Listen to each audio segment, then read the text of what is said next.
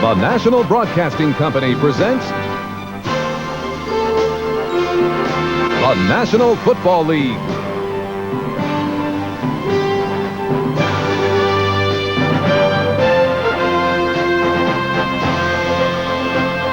Today, from the Astrodome, it's the Cincinnati Bengals versus the Houston Oilers.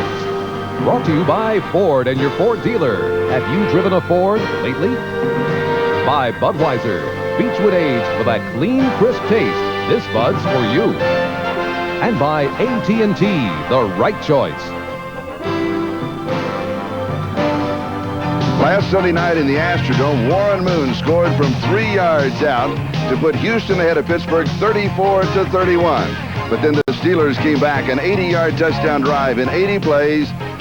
Brister to Hodge from 16 yards out, the touchdown with 20 seconds left. The Steelers upset the Oilers 37-34. The Cincinnati Bengals have been led all year by Boomer Esiason, the #1 quarterback in the National Football League, and Eddie Brown is his favorite receiver. Today, it's a showdown in the Central Division.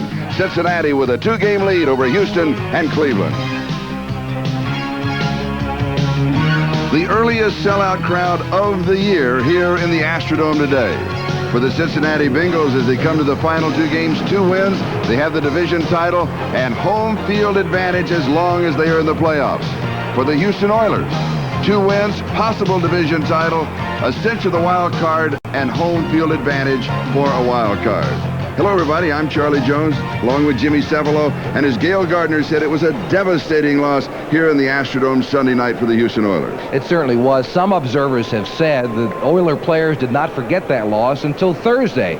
It's a very young Houston team. What they've got to learn is that in this league, in the NFL 16-game season, you've got to forget a loss just as quickly as a win. That has to happen on Monday morning. It's also a very important game for Cincinnati. It certainly is. Home field advantage throughout the playoffs might be at stake. Now, if you look into the history of the league, the past 13 AFC champions, 10 have won that title on their home turf. That's why it's important for Cincinnati.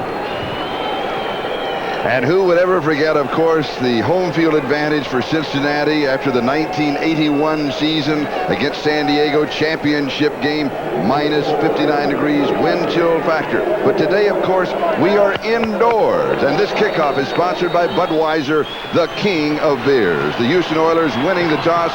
You saw Alan Pinkett, who will be the deep back on the return. Lee Johnson at one time in his career with the Houston Oilers, kicking off for the Cincinnati Bengals. And he goes to the far side, and that is Lorenzo White on the return. Last time he returned a kickoff, he went for a touchdown. This time he returns to the neighborhood of the 25-yard line. And we'll take a look at the offense for the Houston Oilers, led by this man, Warren Moon, with Mike Rozier, Alonzo Highsmith, Drew Hill, Ernest Gibbons, and Jamie Williams, the receivers. That offensive line of Davis, Munchik, Finnison, Mathis, and Dean Steinkuhler. Matthews, excuse me, let me make that correction. Houston going to work at their own 25-yard line, first down.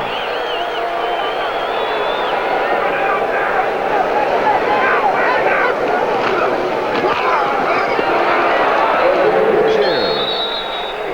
3 yards to the 28-yard line, second down and 7, and he is stopped by Joe Kelly. Charlie, the center, as we take a look at the defensive front for the Bengals, Tim Krumrie anchors this Bengal team, number 69 for the defense. In the middle of the field, it's very odd that a nose tackle would lead a squad in making tackles. He's done it the last 3 years. Here he is right in the middle pile again, taking down Rozier. The reason it's tough is because clubs usually double and triple team nose tackles, but Krumrie, with that lineup of linebackers behind him, has really been a force for the Bengals this year.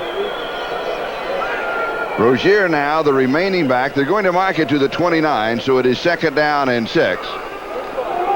And Rozier on the draw, shut out left side, picks up the first down as he comes back to the right. And his momentum is going to carry him to the 41-yard line, a gain of 12, first down. Charlie, this Houston offensive front is very large, very big, averaging 292 pounds.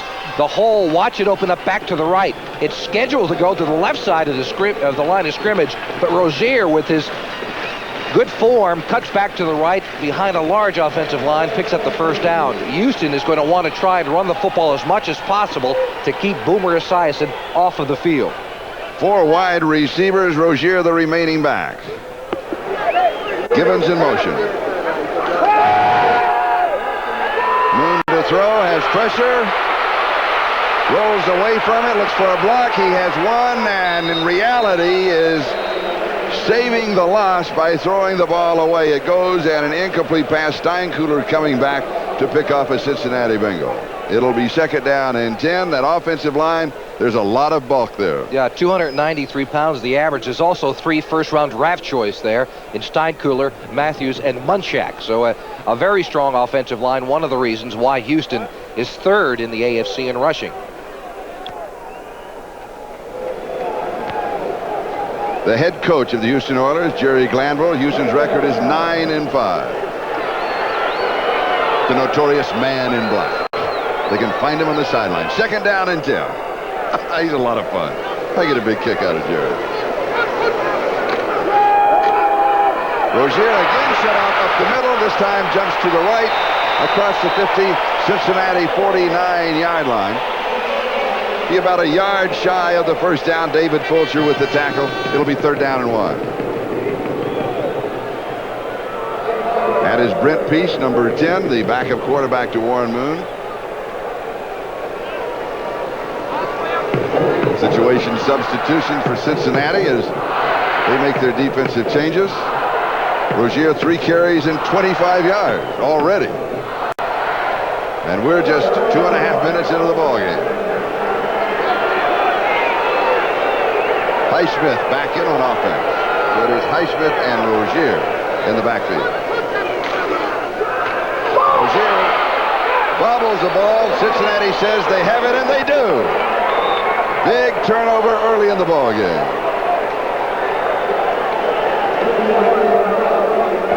And Leon White comes up with a recovery. A nice block by Highsmith on the corner, but it was Rozier who didn't form a pocket for Moon. He seemed to be trying to grab after the football. That was the mistake that Rozier made, and another turnover for Houston. They've had their problems in the past with it. And they had their problems against Cincinnati earlier this year. The offensive look of the Bengals is Esiason, Brooks, Woods, McGee, Brown, and Holman. And a look at the line, Munoz, Reimers, Kozerski, Montoya, Walter. Following a turnover, Cincinnati likes to go deep to strike immediately. Will they do it now? First part of the ballgame. They like to roll Boomer out to the left to go downfield to Brown is on this side of the formation. And they'll run McGee underneath the coverage. Little play action fake to all the linebackers. He wants to go deep. And the pass is complete to the 31-yard line. There's a flag dropped back at the 43. Eddie Brown made the reception to mark the play to the 33-yard line, but they're going to bring it back.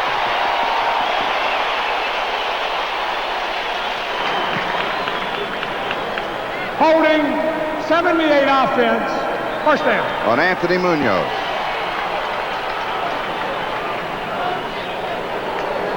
Eddie Brown runs this pattern as well as anyone. What he's doing is trying to hold off the pattern until the receiver on the other side, Tim McGee, clears the safety out of the middle of the field. You see McGee going past? That's what Brown is looking at out of the corner of his eye. When he sees the middle is cleared, then he makes his turn in. The next thing Cincinnati likes to do is get James Brooks involved in the offense. They put him in motion and use him either as a lead blocker or put him into the pattern. And he's in motion. It is tipped in the air. It is incomplete. It is going to be 2nd down and 20. It is Richard Byrd who made the play. Childress, Byrd, and Fuller. Childress, by the way, has destroyed 6 face masks this year. His own, Lyles, Grimsley, Smith, and Meads, the 4 linebackers. Brown, Allen, Bostic, and Donaldson in the secondary. 2nd down and 20, no score. But a lot of excitement with 11:45 time remaining first quarter.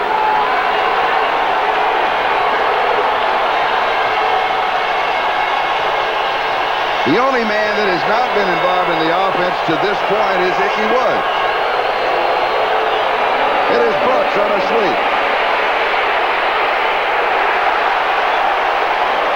he'll have 4, maybe 5 yards before Jeff Donaldson brings him down. It'll be 3rd down and 16 as we'll check the scores in the National Football League. Our 10-minute ticker right on time. And no score. Detroit, Chicago. And now ready to go very quickly. This is something you've got to watch. A little bit underthrown, but it is caught by Eddie Brown. You simply cannot dawdle when you do a Cincinnati ball game. They always go in their attack mode, trying to catch the defense with the wrong players on the field, or maybe 12 on the field. They're going to call it against Cincinnati. It would have been 53 yards to the 2-yard line. Sam White's the very inventive head coach of the Delay of Bengals. game, 12 men on the offensive team. Third down. I was going to say, how can there possibly be a delay of game when Cincinnati did not go into a huddle?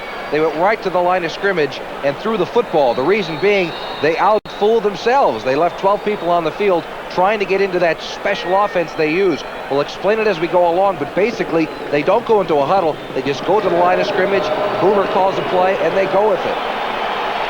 And you really got to keep all eyes and all cameras focused right on them offensively, because they'll turn around at a moment's notice and start a play trying to catch the defense with 12 men on the field. This time they got caught. 3rd down and 20. Esiason slips away. Pump fake, steps away again, throws, it is high, and it is incomplete. This one sailed on him. Meanwhile, Chris Collinsworth wanted pass interference called. It was not called downfield. Houston has held. Cincinnati will be kicking, and the noise level in the Astrodome continues on its climb. Collinsworth, I don't know if he had a gripe or not. He should have been working back toward the football, back toward Boomer Esiason. When a quarterback scrambles like this, it's like going back to grade school. You know, when the quarterback said, hey, go down to the blue Chevy and turn around, I'll hit you. It's the same kind of situation. Esiason should be working back toward the quarterback. He's not doing it, and he did have a gripe. And he was interfered with. It was not called. Overlooked by the official. Lee Johnson to kick. Curtis Duncan to return. Has pressure, but he gets it away. Duncan at the 25-yard line. Duncan breaks it up the sideline to the 50-yard line. 25 yards on the return.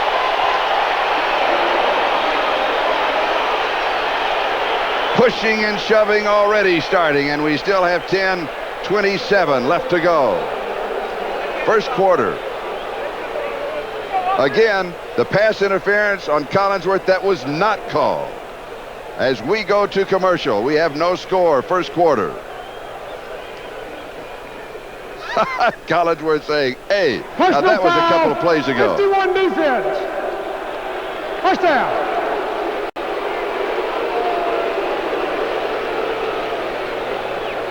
They're calling a personal foul on Eric Fairs.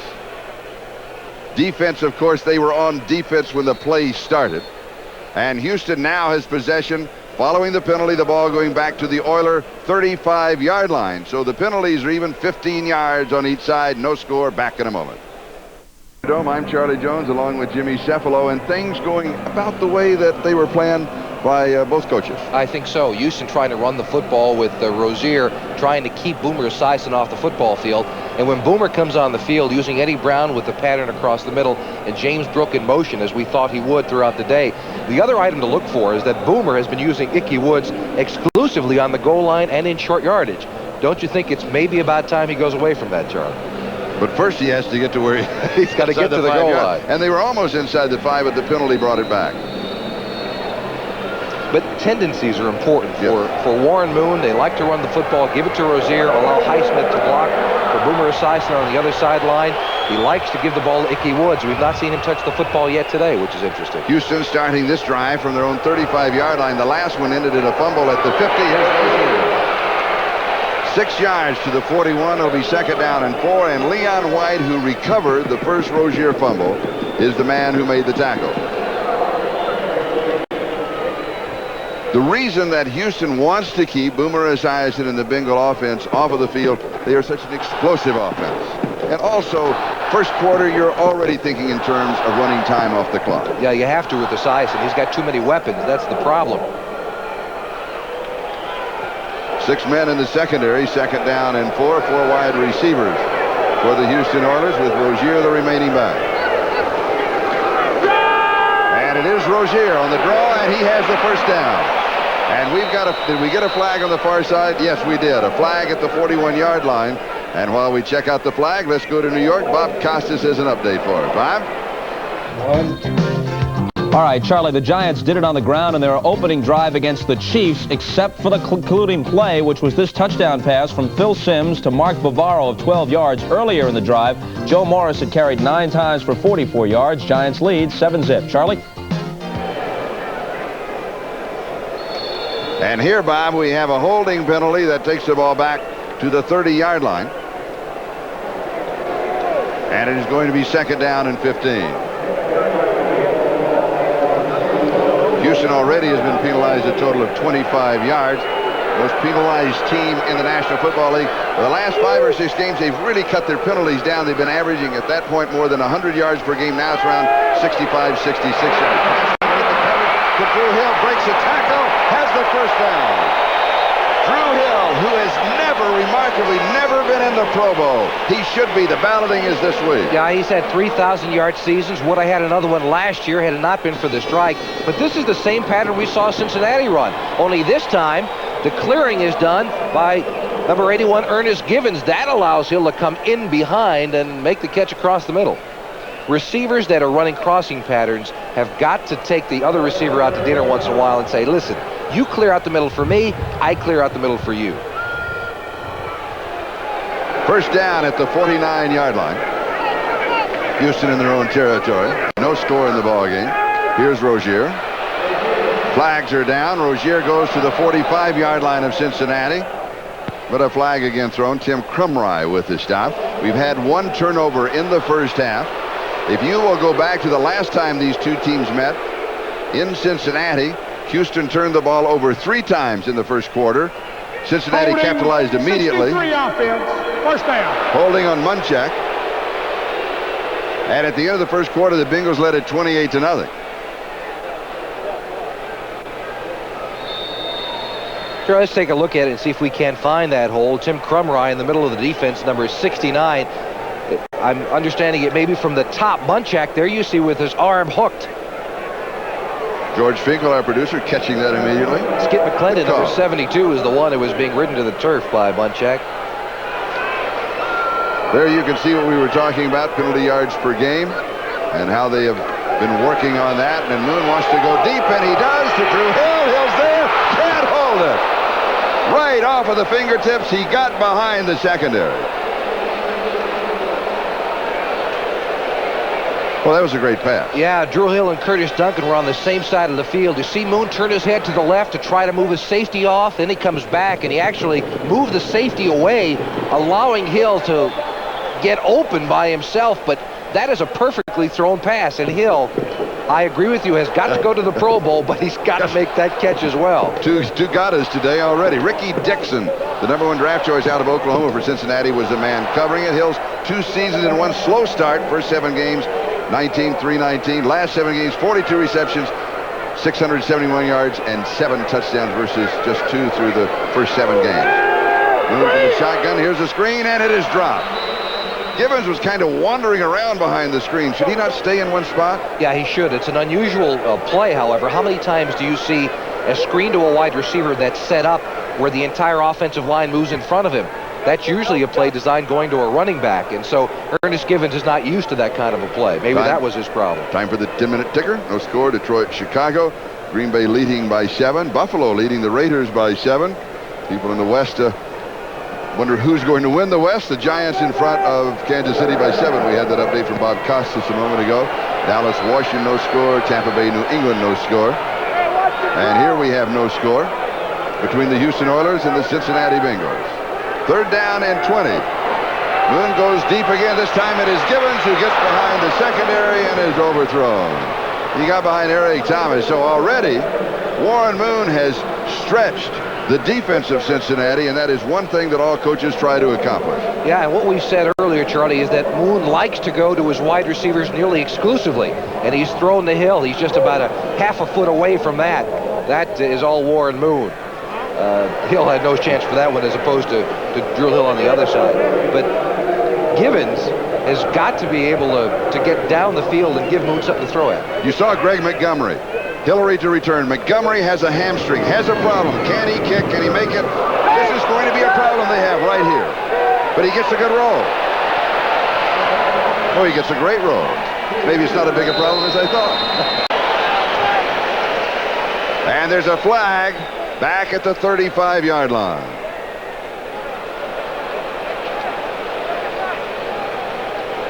And the preliminary signal, it is against Houston. They'll bring it back. 46 yards, including the roll. Ineligible. Illegal member of the kicking team downfield, number 51, 4th down. And that is Eric Fairs. They'll take the penalty and kick over. As you know, only the two wide men out, either wide receivers or cover men, can go downfield before the ball is kicked. Nobody else can release. But again, with the hamstring to Greg Montgomery, the punter, could be a problem. He injured the hamstring a week ago in the pregame warm-ups prior to the Pittsburgh game. He did not kick at all this week, and they were concerned whether or not he'd be able to do it today. And despite getting the good roll, Charlie, the Houston Oilers staff has got to be concerned with that first kick.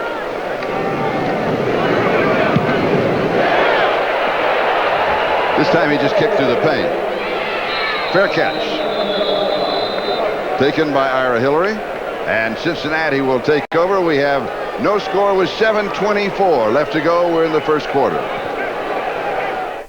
This is Charlie Jones, Jimmy Sever. You're looking at Greg Montgomery. His first kick, 43 yards. Maybe did the first one help him, warm him up a little bit? I think so. Usually with a hamstring injury, you got to try and stretch it out as much as possible. The first one, he really did shank. He got a good roll on it. However, the second one coming out really helped him to get a better kick out of it. Cincinnati from their own 27-yard line, first down.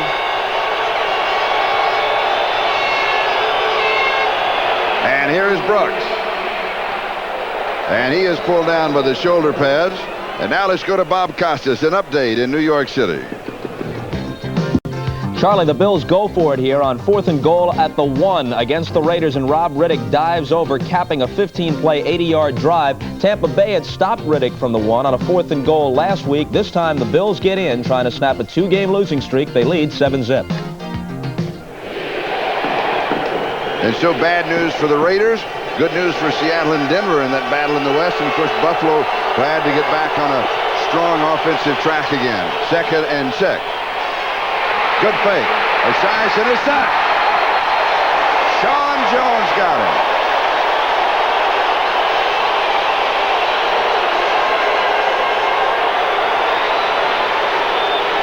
Ground level look, Charlie. From the outside, number 91, Johnny Meads working on Brooks. That allowed Sean Jones to get inside. The problem you have going against this Houston team is you got Sean Jones, Johnny Meads on the same side of the field. Jones has got 6.5 sacks.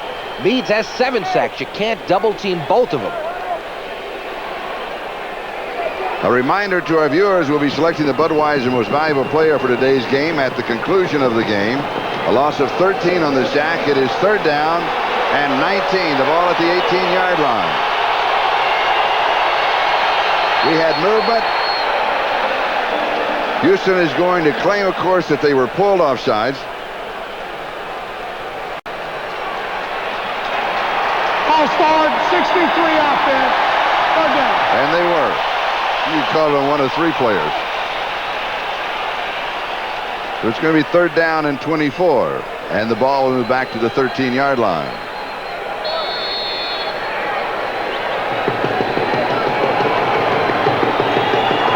Wide receivers for Cincinnati. And if Houston holds here and forces the punt, they'll start with excellent field position.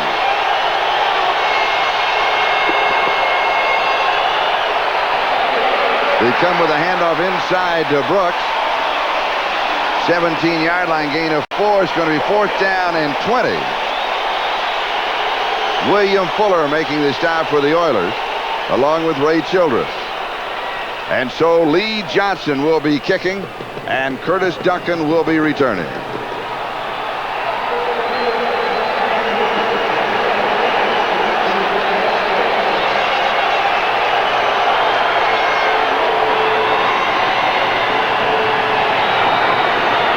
We've got flags, and the kick is away. Fair catch is called for and then stepped away. Will be down by Cincinnati. What happened in the offensive line for Cincinnati, I believe it was Joe Walter, turned around with his head. He was not in a 4-point stance, so if he was up, he can make that move. They're going to call motion anyway. Yeah, but he can't make the move while the ball is being snapped. He can do it as long as he doesn't go into a 3-point stance. Yeah. Illegal motion, offense, 4th down. So it'll go back to the 15-yard line, and it'll be 4th down again. That's got to worry Sam Weish because, as we all know, Houston has tied an NFL record by blocking 5 punts this year, and they probably have changed their blocking scheme. Talking to the Houston players, we found out that Cincinnati, or that teams that Houston has gone against, have always changed their blocking schemes because it's the success rate of the Houston punt block squad. And so Cincinnati's showing a little bit of hesitation already. And Houston is sending 10 men. Cincinnati has now been penalized 25 yards. And here they come. And the kick is away. Taken at the 49-yard line by Duncan. And he returns to the 41-yard line. Jim Riggs makes the tackle for Cincinnati. A 37-yard kick and a 9-yard return. We have no score, and we have 4:54. That is the time remaining in the first quarter. Back in just a moment. Showing what Houston's defense have done. Cincinnati's last 2 drives, 3 and out. And Houston has the ball at the Cincinnati 41-yard line. Gibbons to the near side, Hill to the far side. Moon likes to throw outside. He gives to Rozier, who's been very effective. And he is to the 36 or the 37-yard line. Let's see where they're going to mark it down. Well, they're going to mark it down behind that point. It'll be the 38-yard line. A gain of 3. 2nd down and 7. No score, Detroit. Chicago. Green Bay still leads Minnesota. Buffalo on top of the Raiders. First quarter. Giants in front of Kansas City. Dallas leads Washington. No score, Tampa Bay at New England. These, of course, all the early games today. And here in the Astrodome, we have no score between the Cincinnati Bengals and the Houston Oilers. Alan Pinkett is now in the ball game. He is number 20, and he is in motion, and Moon is back to throw. And he drops it off to the right side to Highsmith. And he will go to the 33-yard line. Lewis Billups was there. Try to remember when I said earlier that Tim Krumrie was unusual, that he was leading the team. Nose tackles get double teamed. He takes on Pennison, number 52, first, but there's Munchak to back him up to take care of Krumrie right off the bat. When you're in a 3-man defensive front, there are 5 offensive linemen. That means the nose tackle is going to get double teamed. That's why Krumrie is thought to be the best nose tackle in the AFC. He makes that many tackles. Houston has yet to convert a 3rd down opportunity. They're 0 for 2, but this is 3rd and 1. They should make it here, going against 6 in the secondary. And they do convert it. The pass is then dropped. They're going to rule the play dead. Gibbons with the reception. Billups and Dixon were there. And we'll take another look. Ernest Gibbons on the outside, Hill on the inside. This is the same pattern we saw earlier. They're working it the other way, however. Right on the seam, they found the area. There's the reception. He's down as soon as contact is made. That's no right. fumble. That's Good right. call with the officials. But a ground, of course, can cause a fumble. In that case, the receiver was touched by a defensive back. Had Gibbons fallen and the ball popped out with anyone touching him, then it would have been a fumble, but it's a good call by the officials on the field. It's the only time a ground can cause a fumble, right? When nobody else is around? Right. Here's the draw. Rozier, touchdown!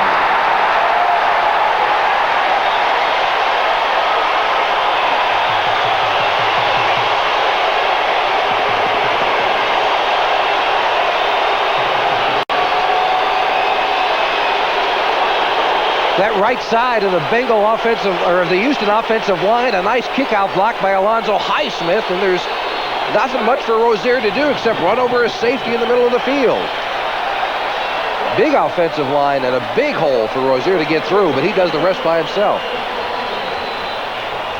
For Mike Rozier, an NFL high. That is the 9th touchdown of the year. Tony Zendejas out of the hole to Brent Peace with the extra point.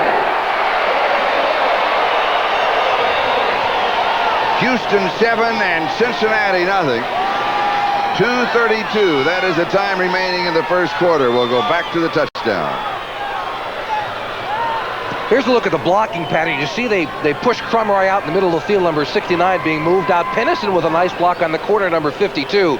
And then he simply runs over the safety, number 41, Solomon Wilcots has got to make that play. Picks up another block downfield. And he is into the end zone, capping a 41-yard drive in 4 plays from 13 yards out, and the drive took 2:22. This is the loudest stadium that I had ever played football in, and this pom-pom waving reminds me of that particular football game, and I think most of America remembers a Monday night game where the Oilers beat the Miami Dolphins. The loudest stadium I have ever been in was that Earl Campbell night, was it not? Exactly.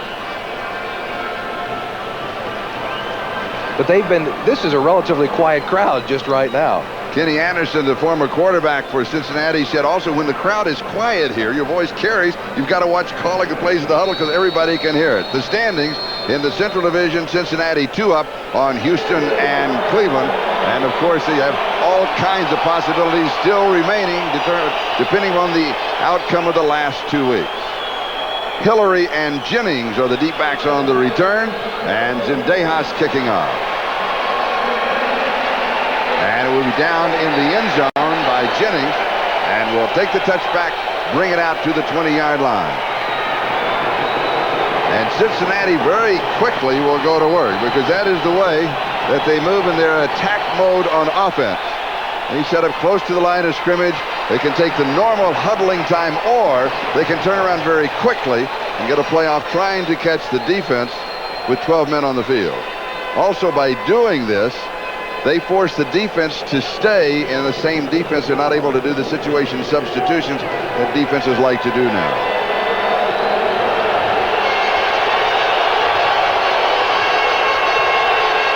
Also, notice how the players, they call echoing it out. They are passing the play along the line of scrimmage due to the crowd noise.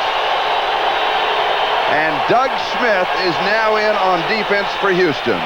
We'll come back to that story after this play as Ickey Woods has 4 yards to the 24. And finally, Ickey Woods getting his hand on the football late in the first quarter. Doug Smith, after being suspended for 30 days because of substance abuse, is right back in the lineup today. He was 26 pounds overweight when he came back to the team on Wednesday. He worked all week to get his weight down, but it's something that he probably will not have the wherewithal to remain for an entire game because he's been out of football for 30 days. He is number 99 for the Houston Oilers, their nose tackle. 2nd and 6. Tim McGee, the motion man. And Ickey Woods, the ball carrier.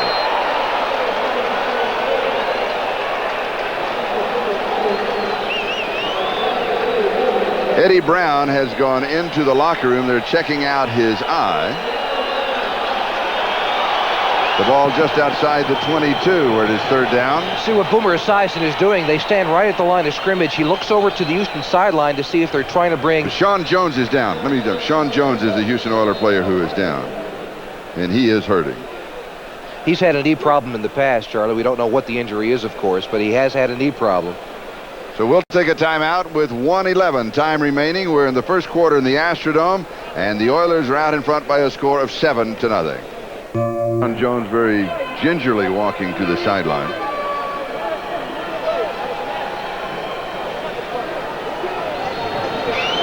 Eddie Brown back on the field. He went in just to check. I think he got a finger poked in the eye. That is the word that we received.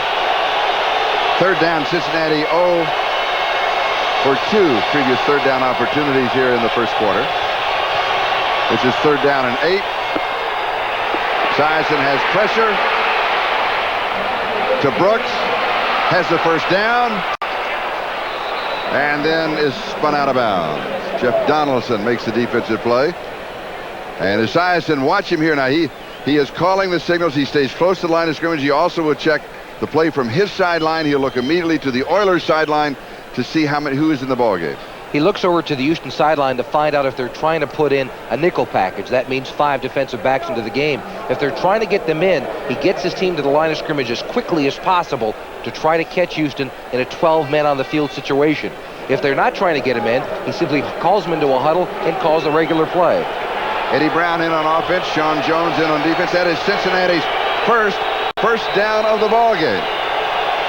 Houston leads at 7-0. Little play action. Left-handed Esiason. Bobbled and dropped. It is incomplete. Jim Riggs, the tight end, drops it.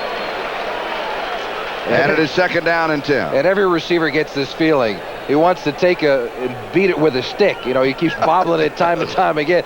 Boomer with the play action fake. They pull the guard out in front. That's Max Montoya with a nice block on the corner, giving him enough time. Sean Jones, it looks like, back into the football game. Good news for the Houston Oilers. But here it is. They pull Montoya out to try to get the block on the corner. He does a good job of it. But there, you take a stick and just beat it. That's what happens.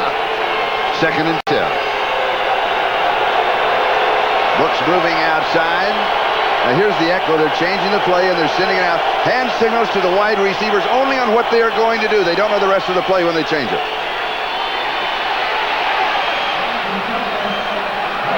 Incomplete. Coleman right in his hand. Well, you see, he's got to borrow the stick from Riggs because he got to beat that one too. Holman, as you mentioned earlier, Charlie, the second leading receiver for this Bengal offensive team, looked like he was running a bit in slow motion. Yes, did he appear that way to you? Yes, like he was going through molasses. 10-minute ticker. Chicago now leads Detroit 3-0. Green Bay over Minnesota. Raiders and Buffalo tied at 7-7. Kansas City trailing the Giants. Dallas, Washington tied, no score. Tampa Bay, New England. And here it is Houston 7 and Cincinnati 0. Esiason has completed only 1 of 5 passes. But he's already had 2 dropped that I can remember in the last 2 plays. Easy to remember. That's right. Esiason going deep. Chris Collinsworth, it was underthrown. Good defensive play by Patrick Allen. He was trailing him, and when it was underthrown, Collinsworth could not come back. Exactly. All the defensive back has to do is stop in that situation. The receiver is going to run into him. Collinsworth had a gripe on an earlier pass interference call. He has none here. Oh, good play. The defensive back has as much a right to the football as does the receiver. Patrick Allen, perfect position. So it is 4th down. Lee Johnson to kick. Curtis Duncan to return.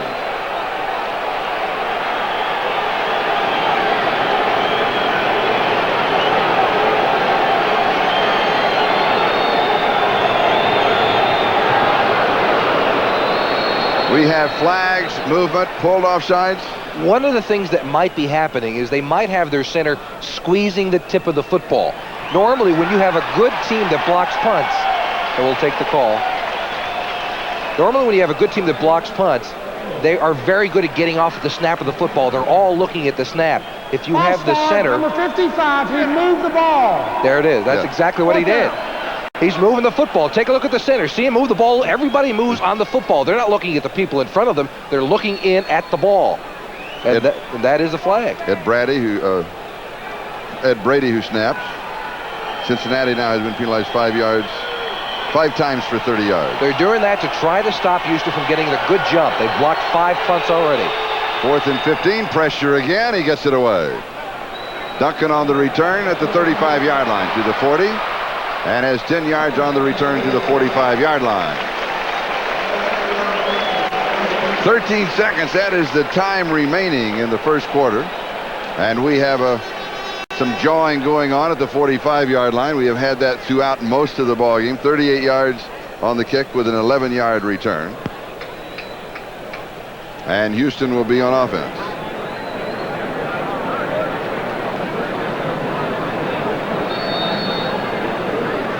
The ball at the Oilers' 45-yard line.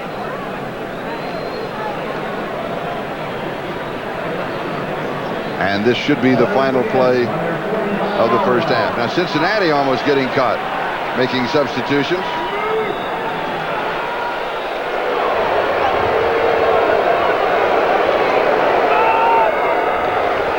opens up with a shotgun. The pass is incomplete. He goes to Duncan. Billups was there for Cincinnati. And we have 8 seconds left. First quarter. And it is second down and 10. And Duncan getting more playing time along with Haywood Jeffries in what Houston calls a red gun formation. All that means is there are 4 wide receivers into the football game. But Willie Drury now with the injury out on IR. Haywood Jeffries activated for this football game. Warren Moon has completed 3 of 8 for 43 yards. And it is second down and 10. Gibbons in motion.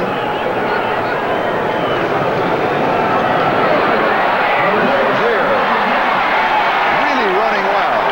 He goes out of bounds with 1 second left in the quarter. Rozier running behind 77 Bruce Davis on the corner working against McClendon. And a nice job by that same side of the Houston offensive line, or just scrimmage, and they can do it to either side. That side, it was Bruce Davis, number 77. If they go the other way, they still have Dean Steinkuhler, who, while is sometimes substituted in passing plays, is a very good straight-ahead blocker. So Rozier can run to either side, and that helps the offensive play calling of Houston. And he's already gained 59 yards in the first quarter. Gibbons in motion. First down at the Cincinnati 44-yard line. And here's Rozier again. 11, maybe 12 yards and a first down as the first quarter comes to a close. Rozier on the move. The Oilers in front, 7-0. We'll be back in a moment. Fans are really into it here. And notice how they stand. They have their own television set. They know they're back. Look at these statistics of the first quarter. The Oilers have held Cincinnati to a -3 passing, 12 total yards. Yeah, and the surprising number, 71 yards rushing by the Oilers, all 71 by Mike Rozier. 71 yards in the first quarter. Whew. Moves past Gibbons. It's going to be about 10 yards, maybe a first down. Eric Thomas pulls him down as we go to New York City for an update. All right, Charlie, moments after the Raiders tied the Bills, here goes Thurman Thomas of Buffalo, bursting up the middle, 37 yards, through what is commonly referred to as a gaping hole in the Raider defense, and Buffalo leads 14-7. And speaking of gaping holes, Houston has found it in the Cincinnati defense because they have really been able to move the ball offensively. Well, the first time these two teams played, Houston with a few turnovers in the first quarter had to abandon their running game, but Warren Moon enjoys it. He likes to set up his pass with the run, and so far they've been doing it.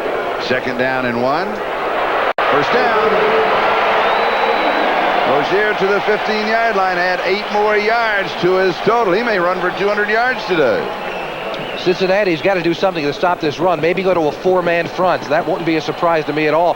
Now he goes back to the right side. Actually, Rozier cuts it right up the gut between a nice block. Mike Munchak, number 63, leading the way, and Jay Pennison, 52, the center. Good vision by Rozier, though. Taking it deep in the backfield and picking wherever he wants to go. First down at the 15-yard line. Rozier to the right side. Pops through, he'll score. He does. His second touchdown of the ball game, his 10th of the year.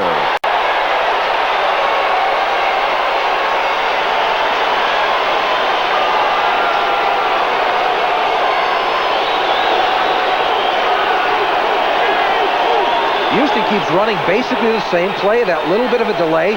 Running to the right side this time behind Matthews, number 74. Pennison is having a career day against Tim Krumnard, number 69.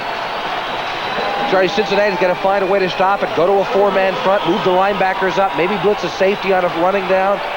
Because right now, Rozier and his offensive line is controlling this game. 10 carries for 94 yards. 94 yards with 13 and a half minutes to go in the first half.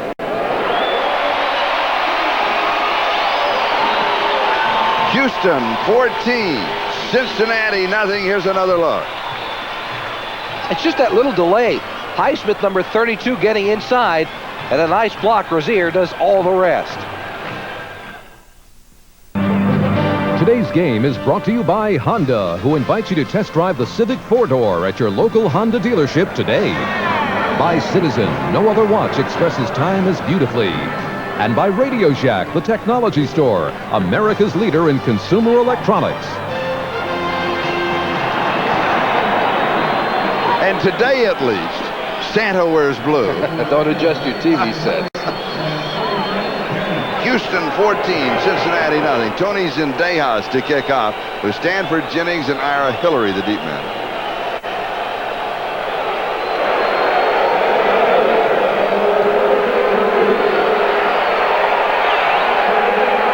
And it will be down in the end zone by Jennings, and Cincinnati will bring it out to the 20-yard line. And Mojo goes to work.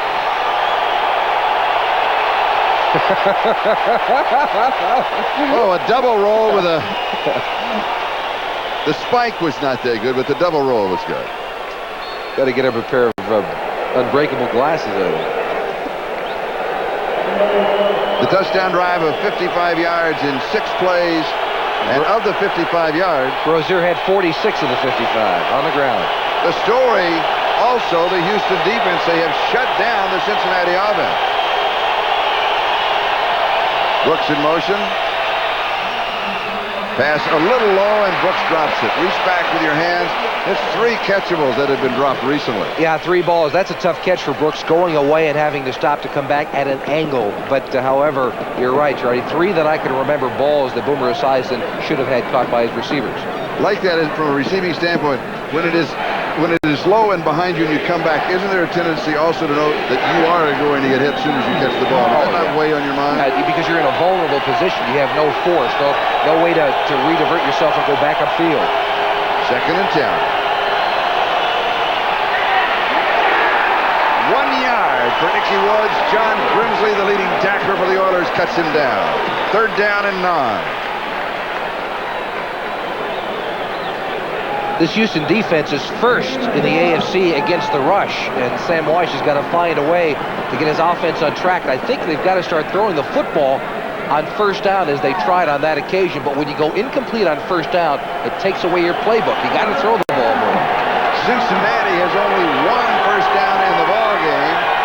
12:45 time remaining. 1st half. This is 3rd down, 9.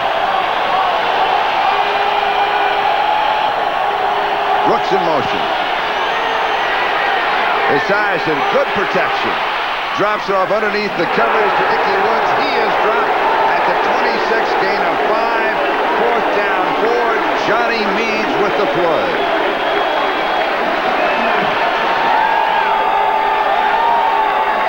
Johnny Meads, number 91, top part of your screen on the right.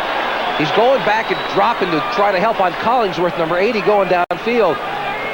Then he has the presence of mind to get upfield and get in on the running back Woods. That's the kind of thing you can do when it's 3rd and 9, 3rd and 10 on the situation. Robert Lyles was dragging him down. And here's the kick. Duncan stays away from it.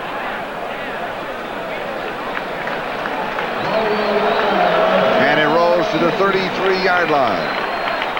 So Houston will take over on their own 33-yard line. A 39-yard kick. The Oilers out in front of Cincinnati by a score of 14-0.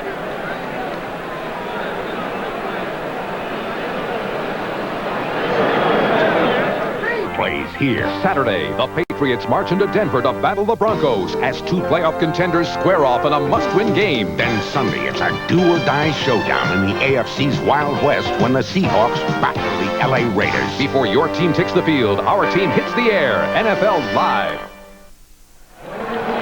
Cincinnati with 4 drives today. 3 and out, 3 and out.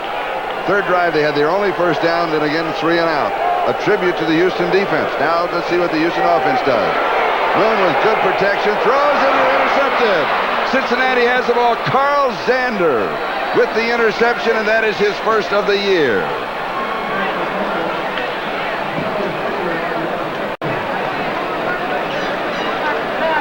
Second turnover for the Bengals. They got a fumble recovery earlier in the ballgame at the 50-yard line. And it appeared to me that Moon lost sight of Carl Zander. He was looking downfield to his safety, and Zander kind of surprised him. Zander sneaks up in between. You see that? He was looking downfield to the safety, and that's the reason Eric Thomas was coming across. But it was Zander, number 91, who makes the interception. So Cincinnati has the ball at the Houston 41-yard line, trailing 14-0. They have a first down. Ickey Woods. Woods pops through, has the first down. He goes to the 28-yard line. A gain of 13 yards in the first down. Jeff Donaldson with a tackle. That is only the second first down of the ballgame. 10 minutes have passed. Time for the ticker. Detroit, Chicago tied at 3. Green Bay continues to lead the Vikings. An upset working there in the second quarter. Buffalo by 7 over the Raiders.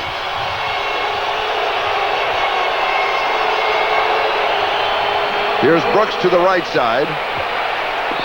The defense strings him out. He cannot get around the corner. Bostic in reality, along with Robert Lyles, making the play. Let's go back to the other scores.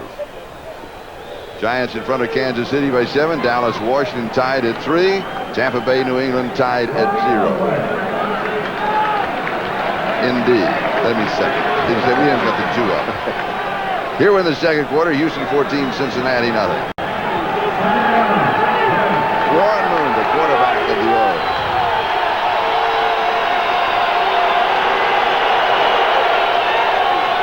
Second and 10. Here comes the blitz. Woods cuts back of the hole that was open when the blitz man came through. He's going to pick up only a couple of yards to the 26. It'll be third down and 8 as Jeff Donaldson, the free safety, was there to make the play. Warren Moon with that interception on the last drive. He had gone 98 throws without an interception until that Steeler game last week when he threw 3 of them.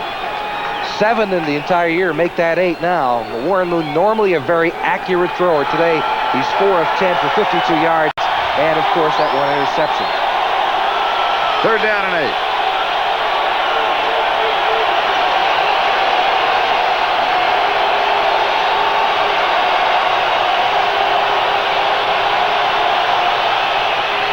Here's Brooks.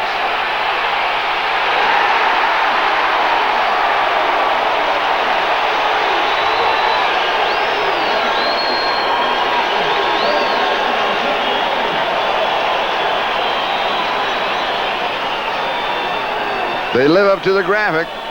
Houston with another defensive play. Loss of a yard. Left side of your screen, the Bengals are not getting any movement on the on the defensive side of the ball. It is the Houston Oilers who are getting up the field, and Brooks has no place to go. Bird, number 71, making the play down the line.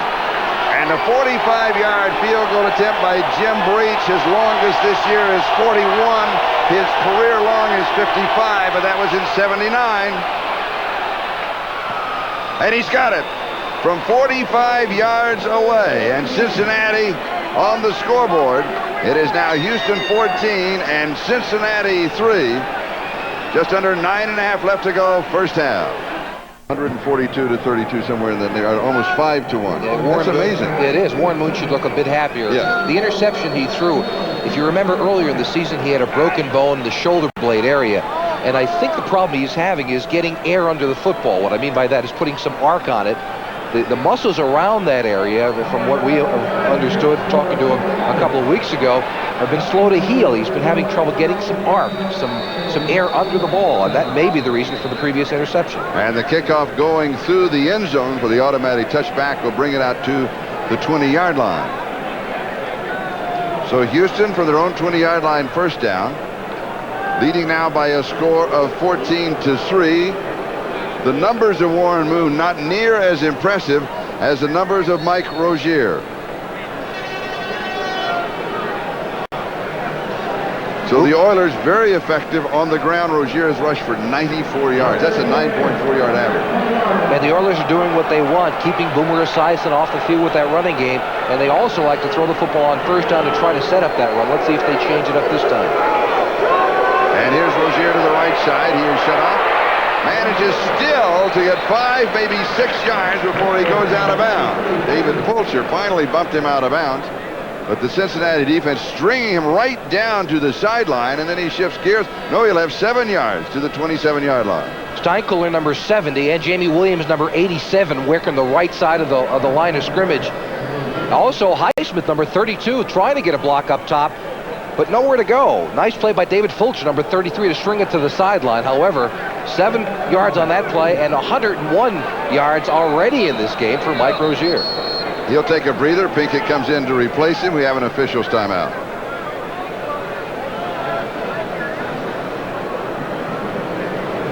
For the field clock, adjust to 9 minutes. 9 minutes on the field clock. And so a malfunction of the field clock.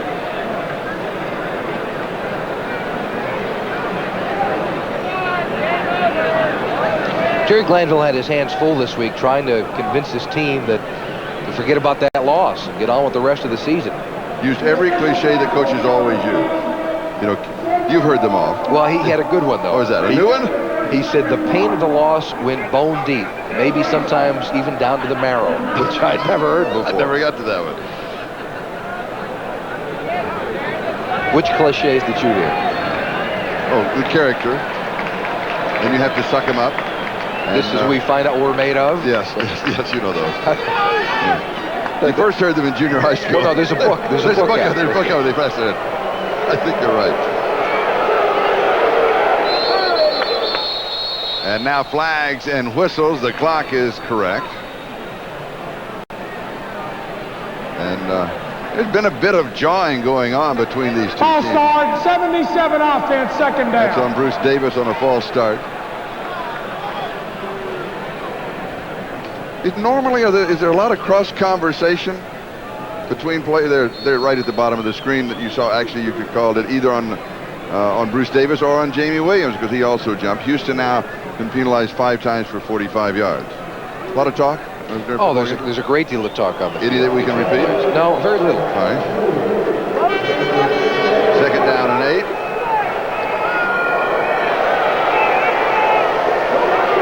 Givens in motion. Crowd here becoming more knowledgeable of how to use their noise. This is to Drew Hill, and he goes out of bounds. I suspect the Seattle crowd in the Kingdom most sophisticated at making the noise to disrupt the opposing team, but the crowd here is learning all of the tricks. Givens and Hill on the crossing pattern. You see what they're trying to do is confuse a defense as much as possible. Darrell Smith, number 25, is playing his own. When he sees 2 receivers cross in front of him, he's got to make a decision. Do I go with Hill? Do I go with Givens? Defensively, Jason Buck is now in. They're going with a 4-man front, and it's 3rd down and 4. And that's what I suggested before, Charlie. They've got to stop that running attack if they can. But this situation, the 4-man front is in there because of the 5 defensive backs.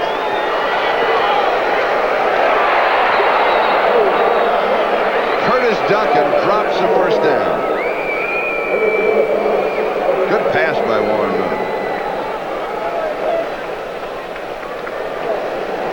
Ira Hillary will be the return man, and now Greg Montgomery, remember, has the hamstring. His first kick was had a good roll on it. They brought it back. It was not very effective at all. He kicked again, so statistically his first punt was 43 yards. It was pretty good. Now it's been a while, so he's had a chance to cool down. Now, the more successful his Houston Oilers offense is, the more problems he's going to have personally because he's going to tighten up sitting on a bench. Cincinnati looks as if they're sending 10 men. They do put pressure, and it's high, wobbly, and it is short, and it's going to be down at about the 47-yard line of Cincinnati by Eric Fairs. And so that injury still bothering Greg Montgomery. 27 yards on the punt. Detroit, Chicago tied at 3. Green Bay leading Minnesota now 7-3. Buffalo by 10 over the Raiders in the second quarter. Giants by 7. Dallas, Washington tied. Tampa Bay, New England tied. And here it is Houston 14 and Cincinnati 3. With 8:59 on the clock. That's got to be corrected. Remember, they changed it a moment ago to 9 minutes on the clock.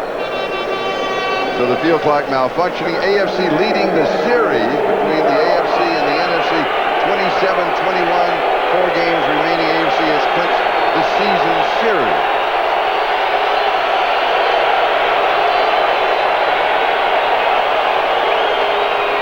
Play action fake by Esiason has pressure. He is sacked for the second time in the ballgame.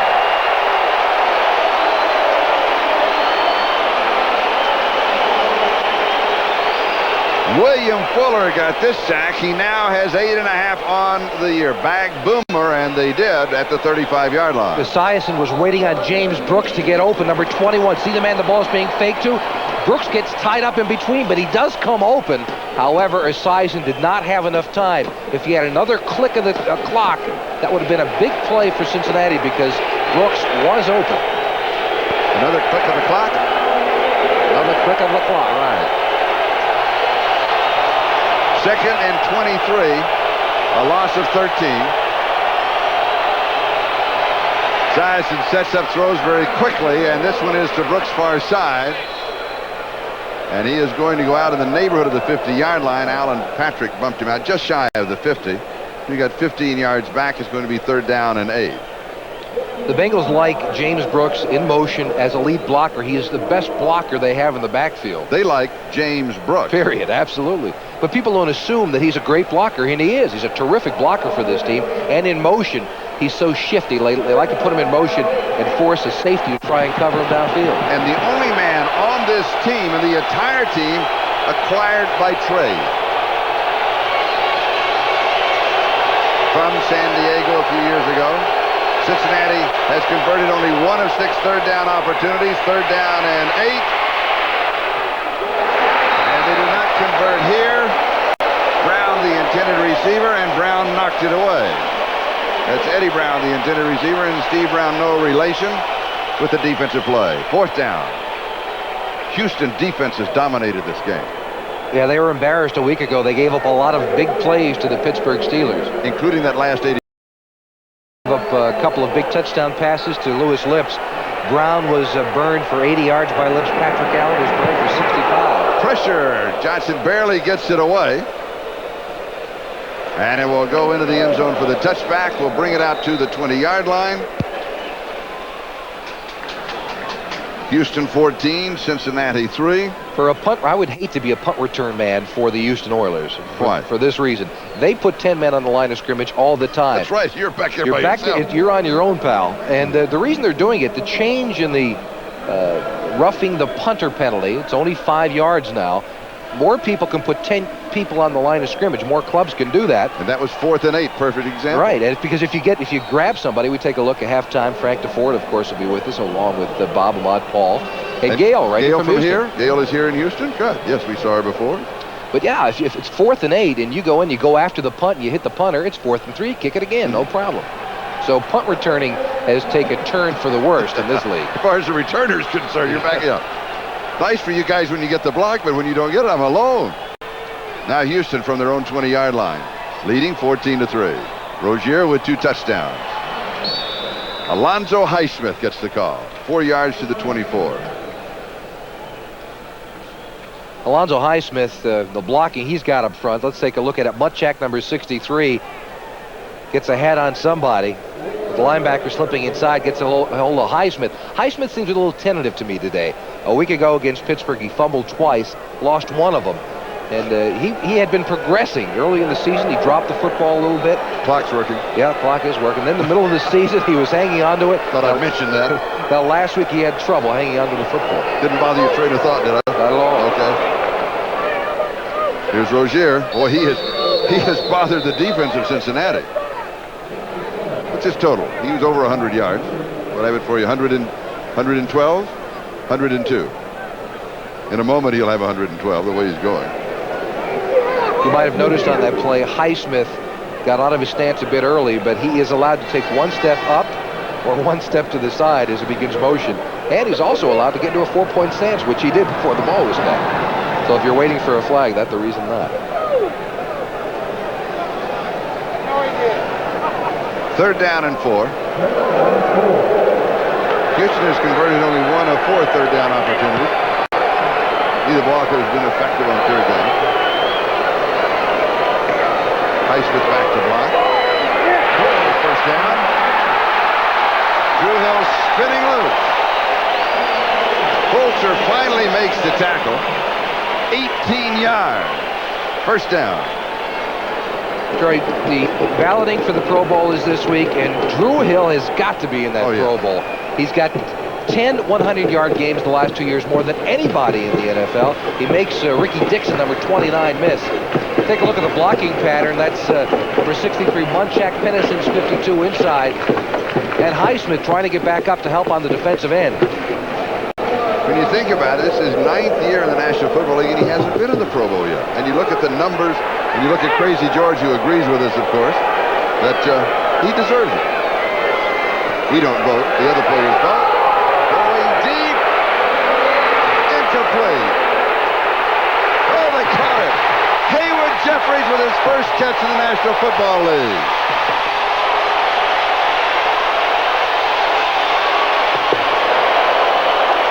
At 6'3", 198 pounds, #1 draft choice a year ago.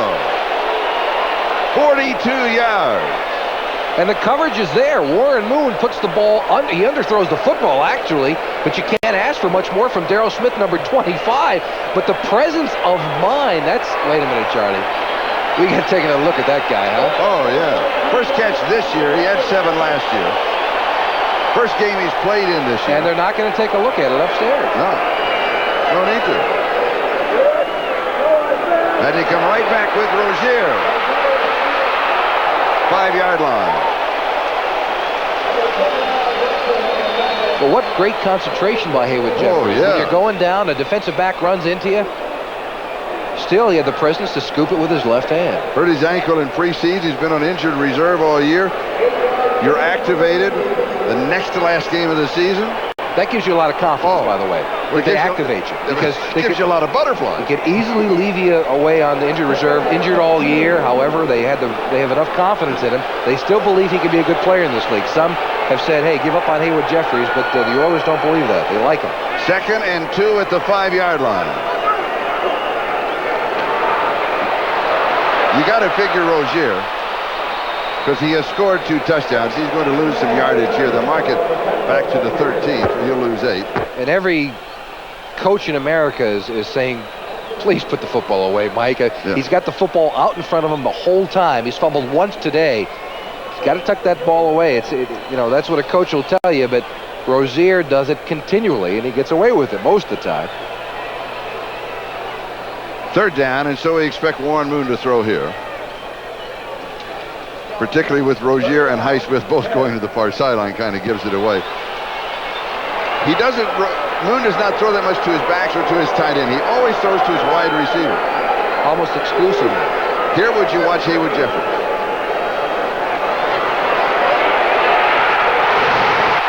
And watch Curtis Duncan. Duncan's first touchdown of the year.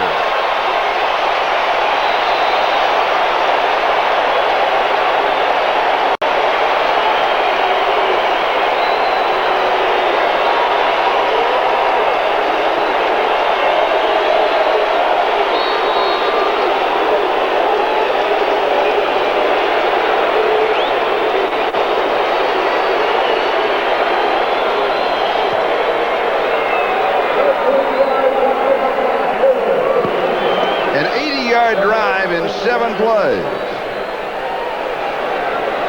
Zendejas to attempt the point after.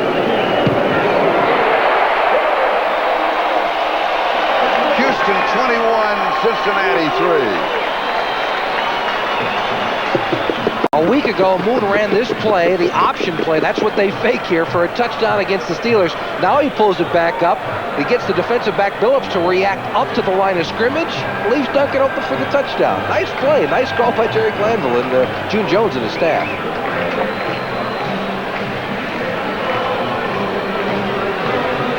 And Warren Moon's reaction. All right.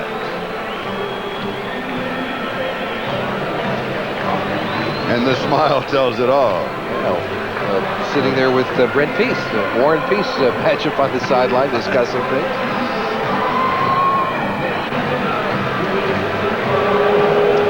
This is a direct turnaround of the game that we called a few weeks ago. Yes. It was Cincinnati who jumped out to a 28-0 lead early in the football game. At the end of the first quarter. Yeah, and Houston stormed back in the 3rd quarter and nearly made it a very good football game. The final, I believe, was 44-21. Yes, but it was much closer than that because they came so close before Cincinnati had another surge in the second half. There's the 80-yard drive in 7 plays.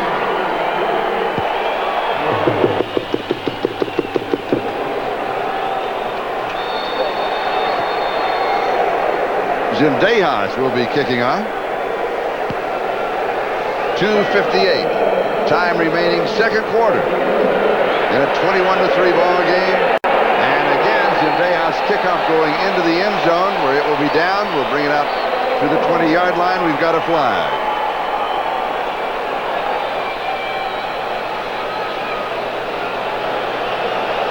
Mojo has put on a little weight since we last saw him.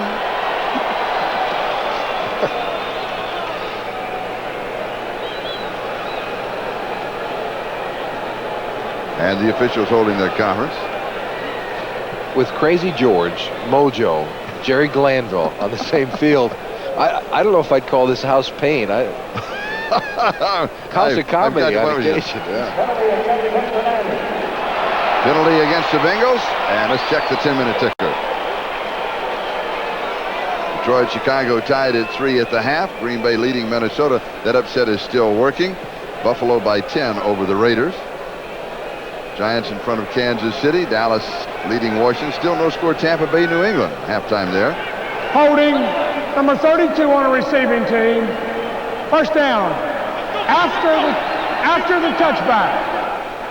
Holding called after the touchback. That's a dead ball holding foul. If it's after the touchback, the play's dead. You can't have holding after a play is dead. I don't think you could have a personal foul. But not holding. I don't think you can have holding. I think that's the reason they're holding another conference. It's one of those things where you know the pushing and shoving and a little bit of the argument. And the play is over and somebody grabs someone. That's not holding. That may be a personal foul. Yes. Thank you, Tom. Tom Dooley, the referee. Disregard the flag. There is no foul. Holding after the ball is dead is not a foul. Congratulations, Charles. You're absolutely right. Thank you very much. Did you notice he was looking right at the official that made the call? Did you ever do that to me again?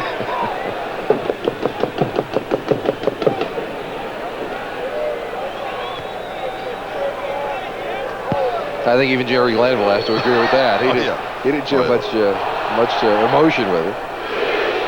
I miss Paul and Mary Brown, the Cincinnati Bengals. They did not make the trip here.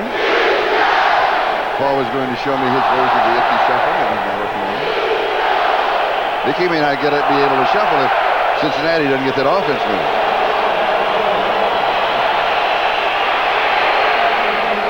This pass is complete to Icky Woods.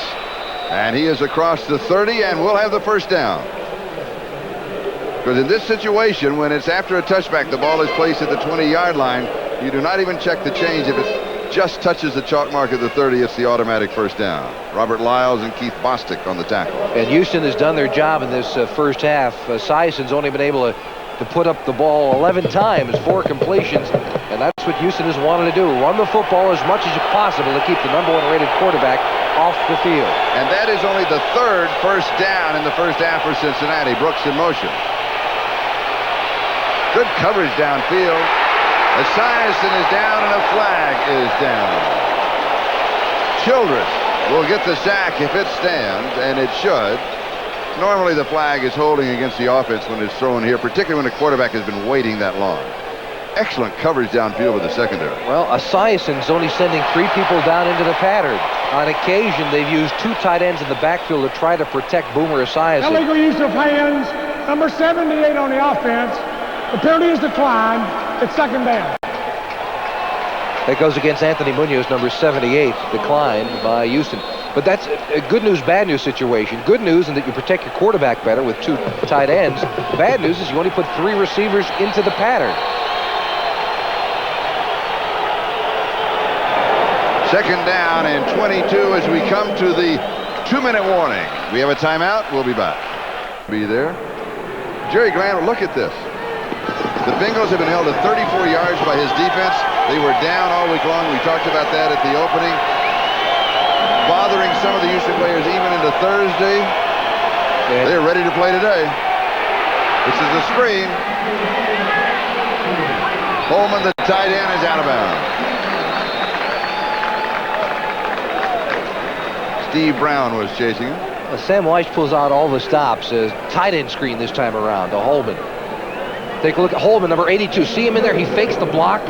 So he's not doing much. He's just faking the block. He's got to worry about the timing. When the defensive end gets past him, then he sneaks out into the flat to get the lineman in front. Not very successful, however, and sets up a third and very long for Cincinnati. Again, third down, and Cincinnati has had all kinds of problems with third down conversion. Third and 19, so they'll go with 4 wide receivers. Sison rolling left. He's left-handed. Smart play by the quarterback. The intended receiver, it doesn't make any difference.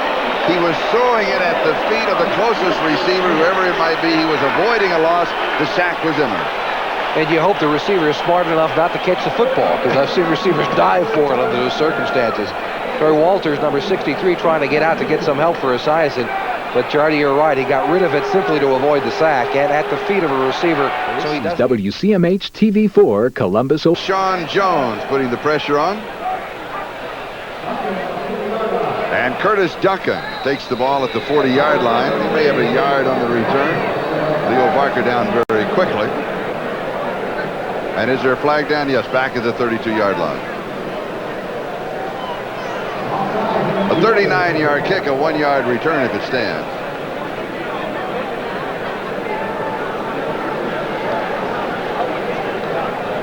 We believe that Houston was offside.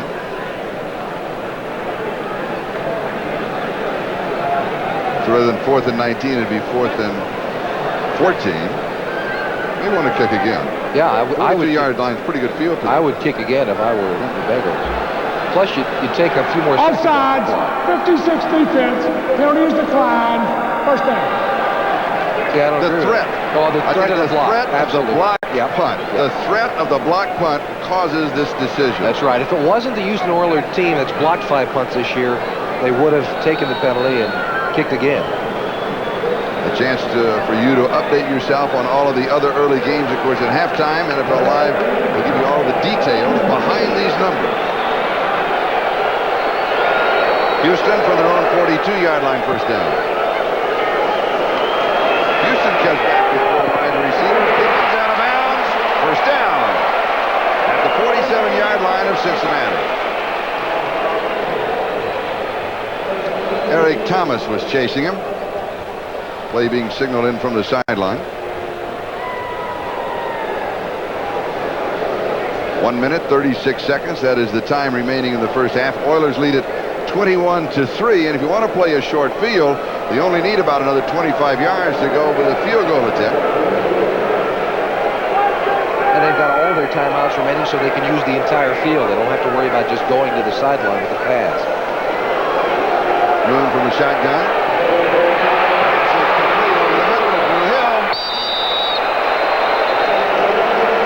Dixon with the tackle. Close to the first down. Drew Hill runs the crossing pattern as well as anyone given. See, they cross again. Remember the last time they crossed? This time, Hill is the one who's wide open in the zone coverage that Cincinnati is trying to employ.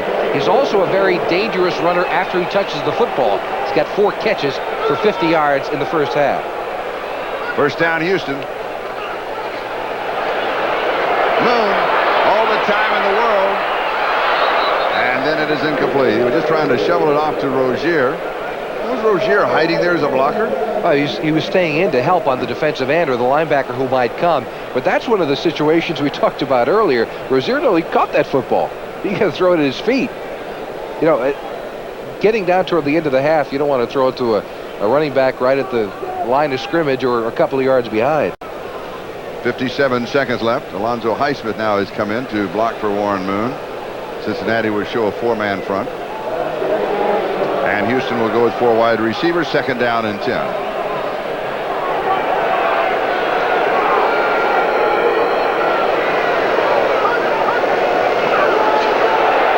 direct snap to Highsmith. And only about 3 yards. Now you can take a timeout if you're Houston, and they will. They still will have 2 remaining. They will want to save 1 for a field goal attempt. I learned that from you. We'll be back in a moment. Dear Dad, we made our toughest jump yet at dawn. I was kind of... Save the last time out to assure yourself at least a shot at 3 points. Timeouts remaining, 3 and 2. Third down and 6, 33-yard line.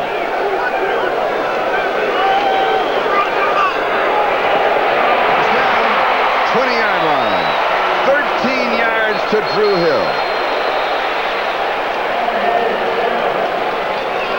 And they use their second timeout. Now what this means is they've got one timeout remaining, and they'll cut down their field to the sideline or to the end zone. I would be leery if I were Jerry Glanville to ask Warren Moon to throw the football in the middle of the field. Throw it to the sideline or into the end zone so you keep that last timeout. Why'd you take a timeout here? Why not run a second play? Why not save it a little? Oh, was it a gain of 20 yards? 13. 13 yards. You got a long way to go to get your team in position to run another play. That's the reason I would have taken a timeout. Plus, you can't carry him over to the second half. A lot of people, you wait and you wait and you wait. Well, you can't carry him over. Drew Hill now has 5 receptions for 64 yards. So on the year, he has 66 receptions, and that is a career high for him in a single season.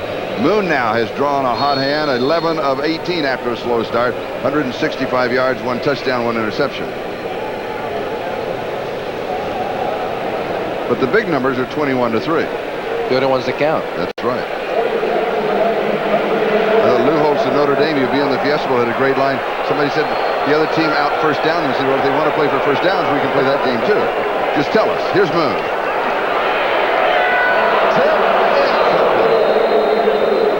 Diving for a possible interception was Ray Horton. Jeffries, the intended receiver. Darrell Smith at the cover. If they make that catch, Haywood Jeffries gets tackled, then they've got to hustle to the line of scrimmage and throw the football out of bounds. Or call 2 plays in the huddle. Warren Moon is probably going to call 2 plays as they get around him in huddle, so that if that situation occurs where they've got to get back to the line of scrimmage quickly without calling the timeout, they'll have something to go to. 36 seconds left, 1 timeout remaining. Zendejas can hit from 52 yards out. He's done that 3 times, including this year. So he's well within his range. Moon felt the pressure. Drew Hill was the closest receiver. Jason Buck was going to sack him. But the reality is he was saving the loss. Jason Buck, number 99 in that 4-man front. He comes into the game as the 4th down lineman and really doesn't get blocked by anyone. They're calling in the grass. They're ruling in the grass, so the line of scrimmage is going to be the 26-yard line, so it is going to be a sack. And now Houston, with 19 seconds remaining, takes their 3rd timeout, breaking the Cephalo law. Well, that's why I'm not a football coach.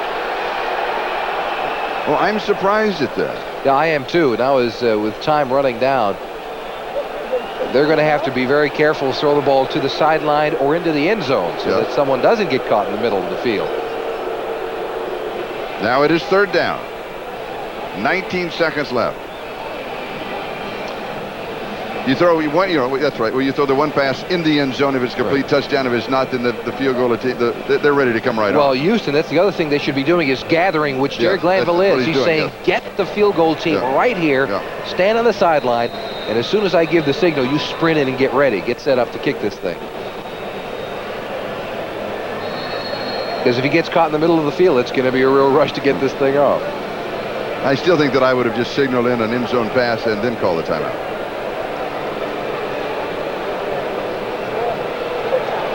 Third down and 16 at the 26-yard line.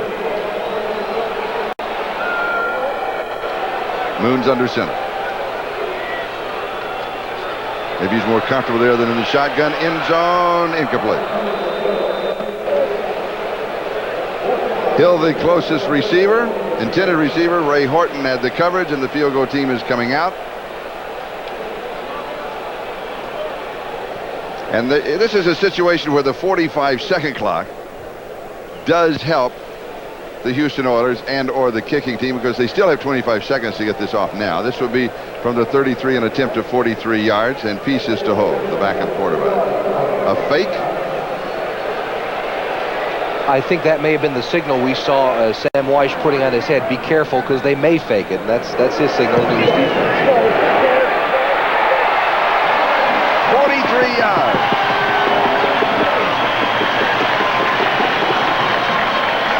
Tony Zendejas. He now has hit 18 of 30 on the year. A good hold by Peace. You see him rotating the laces of the football to get them pointed toward the goalpost. Zendejas, as you said, Charlie, after a shaky start, he was 4-12 to start the season. Came back now 14 of his last 18 kicks have been successful. And Houston leads by 21.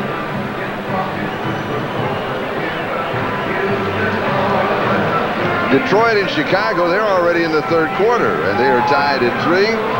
Green Bay still an upset working at halftime. Buffalo ahead of the Raiders 20-7, and of course Buffalo and Cincinnati in that battle for home field advantage.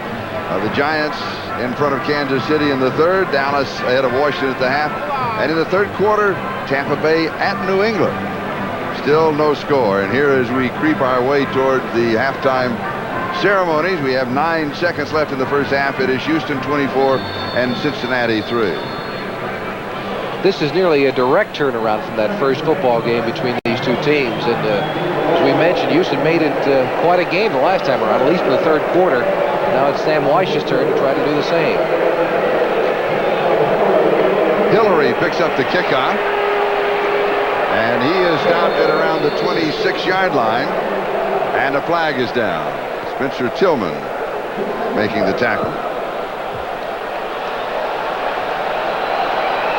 Clock is stopped with 2 seconds left in the first half.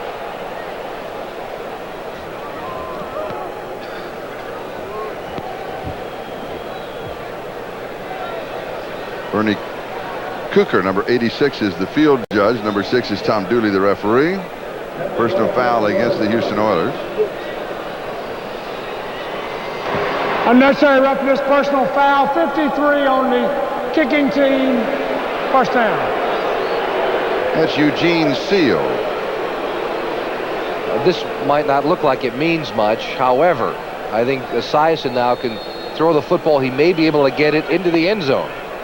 And with that tipped football, just 2 seconds left, it may turn out to be something important. Take a look at the right side of your screen. It almost looked like a face mask, but that, of course, was not what was called. This penalty went against the Houston Oilers for personal foul. 3 wide receivers on the far side. Esiason being chased. He's a left-handed thrower. He's going to run to the sideline. Slides down at the 46. Meanwhile, the clock runs to 000. It is halftime in the Astrodome, and the ovation for the Houston Oilers. They have dominated the first half. They lead 24-3.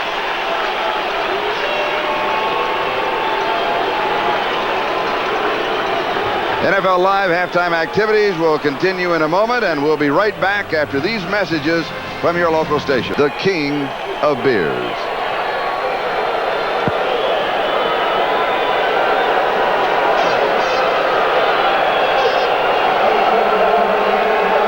Zendejas has been kicking off consistently into the end zone. This one comes up short. Jennings on the return, and he is out to the 20 to the 22-yard line. And Cincinnati's first offensive thrust, as Domingo Bryant of the Oilers made the tackle. Cincinnati can set a tone that they want to establish in the second half. The opportunity is here and now. Otherwise, it could be a very long second half for Bengal fans. Yeah, usually when you're very happy when you're down to be able to come back and get the ball in the receiving end, just to show that you've made some adjustments at the half and are successful with it. As much to prove to yourself and your players. Jumping on the right side, and that is Holman, the tight end. There wasn't that much noise here, although noise is a factor, and that'll cost 5 yards. False start, 82 offense, first down. So Cincinnati starts out with a penalty, and it's first down and 15.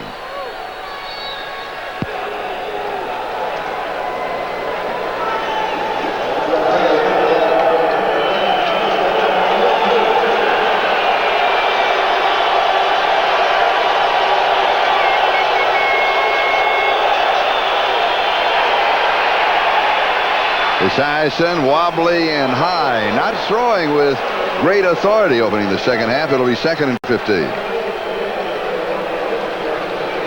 We were talking with Kenny Anderson before the ball game, former quarterback with Cincinnati. He never liked playing here because he said the ball always seemed to have a film on it, and he had a problem gripping the ball. He would throw it high and wobbly, such as the pass we just saw. I would have to say this is one of the least favorite stadiums in the National Football League to play in for players. For the visiting team. Yeah, right, for the visiting team. I hated it because of the ceiling. You looked up in the air, and you thought about everything but the football coming to you. Ickey Woods to the 29-yard line, a gain of 12. So it's going to be 3rd down and around 3 to go. The ceiling in the Astrodome. When you're returning a punt, that's what you're looking at. Or when you're catching a pass, that's what you're looking at. And it can be very disconcerting. That is distracting, isn't it?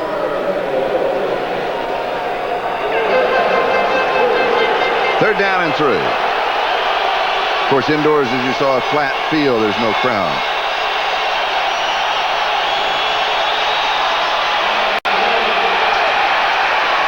Ickey Woods to the 30-yard line. It will be 4th down and 2. Keith Bostic leading the defense along with Fuller.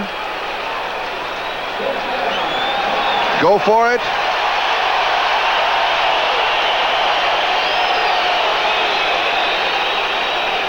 Ickey Woods, again, that short yardage and goal line has been almost the exclusive territory of Ickey Woods. I think Sam Weish had a thought there for a second to go for it, but again, they've got lots of time at the beginning of the 3rd quarter, and they're going to kick it away. Duncan to return the kick of Lee Johnson. Not a rush on, this time a return on. Fair catch is Coffer. Good kick, taken back at the 19-yard line. 51 yards on the kick by Lee Johnson. And Houston will have their first offensive opportunity when we come back. 13:25, time remaining in the 3rd. The Oilers lead at 24-3. Today's game is brought to you by Chrysler Motors. We just want to be the best. By English Leather, a man's cologne and aftershave, because some guys have it all. And by RCA, #1 with the toughest critics in the world. Houston with a first down at their own 19-yard line. First opportunity on offense here in the second half. Oilers on top 24-3. Rozier with 103 yards rushing in the first half. He needs only 38 yards in the second half to reach 1,000 yards. And the Bengal defense manhandled in the first half. Crumry in the middle, 69. He is the key to this defense. However, he's being handled fairly well in the middle of this line of scrimmage. He gets help from the remainder, including number 51, Leon White.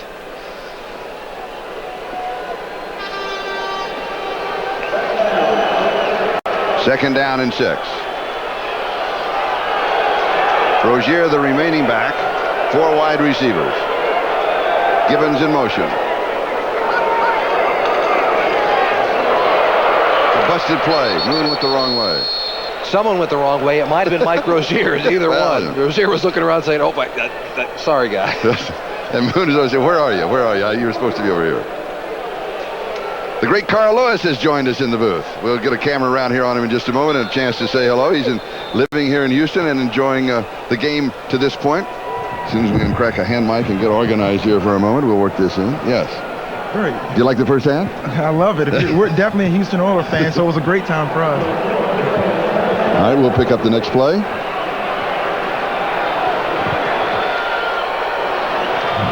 Third down.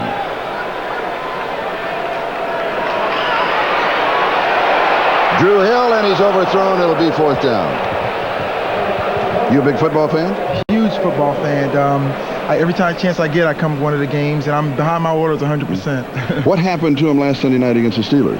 I don't know. We're going to forget about that. We're just going to think they're in the house of pain now. That was one little mistake, but they're going all the way to the playoffs. Have you ever considered playing professional football?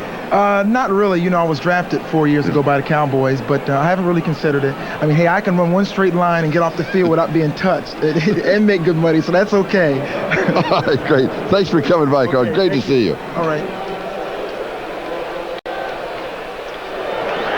Carl, are you going to run in Barcelona?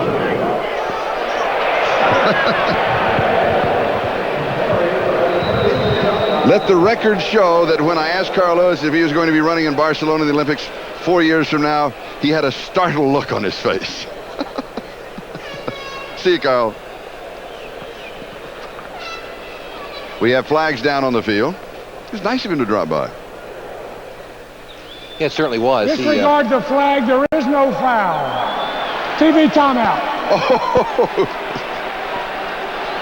All right, we do have a television timeout. The Oilers lead at 24. Next weekend, the NFL plays here in the AFC's Wild West when the Seahawks battle the LA Raiders. Before your team takes the field, our team hits the air. NFL Live. Boomer Esiason with only 5 completions of 14 attempts for 44 yards. Just under 12 minutes left to go. Third quarter. Cincinnati trailing by 21. A game completely dominated offensively and defensively by the Houston Oilers. We'll have a flag. One of the defensive linemen was jumping. That was Richard Byrd. If he made contact, the ball had not been snapped, then it's encroachment in 5 yards. He was pulled off, and he was pulled off by Bruce Reimers. Let's check the 10-minute ticker. Is that right? That can't be right. 6-1. No. No, I don't. We'll come back with an update on that. Green Bay, in Green Bay, freezing temperatures. Outdoors, Minnesota maybe now used to playing indoors at home. The margin is 7. The Raiders, they have got their problems. Denver plays at Seattle tonight. As you know, the Raiders, Seattle, and Denver all tied for that lead in the West at 7-7. That was this morning, and that tie is going to be broken now. And just slugging his way along is James Brooks, just pulling everybody with him, including Jeff Donaldson, who brought him down, along with Doug Smith, who's in the ballgame defensively, 41-yard line. It is second down and 5. 10-6 is that correction on the score. There it is. Chicago 10, Detroit 6.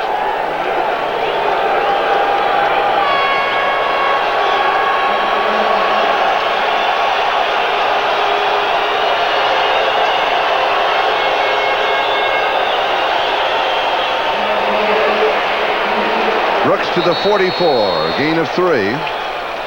Third down and a couple, and this is your theory. You've got a lot of time. There's 11-11 left in the third, the entire fourth quarter.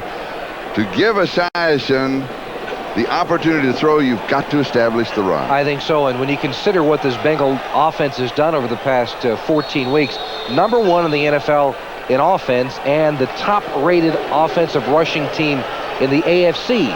And so if they stop running the football, you take away the biggest worry that Houston has about them. That's running the ball.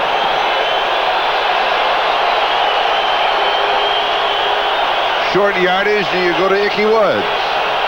You do? No, a fake and deep, and it is complete to Tim McGee. A beautiful fake to Ickey Woods. Setting up Tim McGee, 43 yards. And Boomer Esiason did a great job of hiding the football. Watch him. It's in his left hand.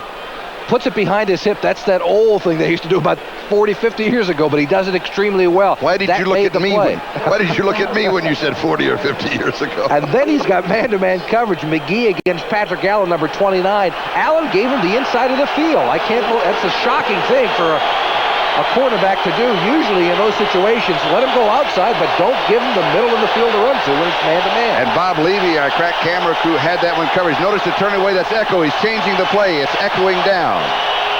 Here's Brooks to the outside. He'll never get there.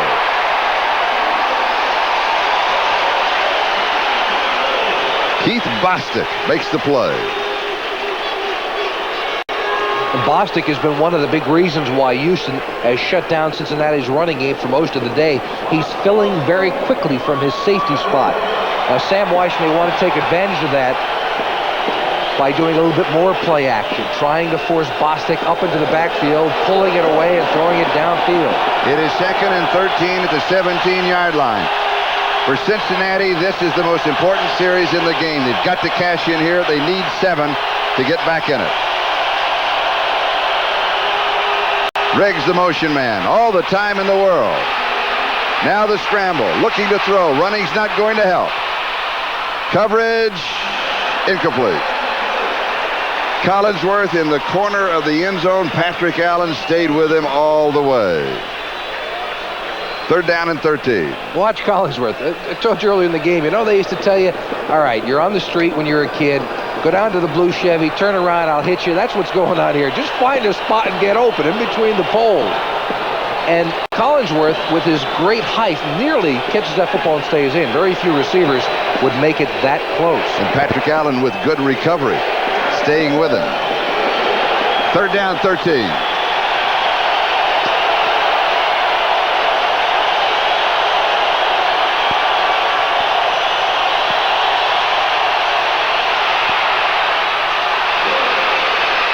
Ickey Woods to the 9.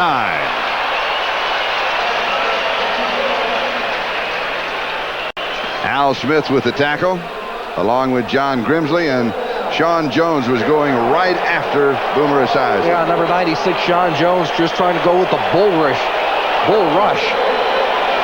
and nearly gets to him. Very close to it. Field goal team comes out. The holder, number 2 quarterback, Turk Schoner. A fake here?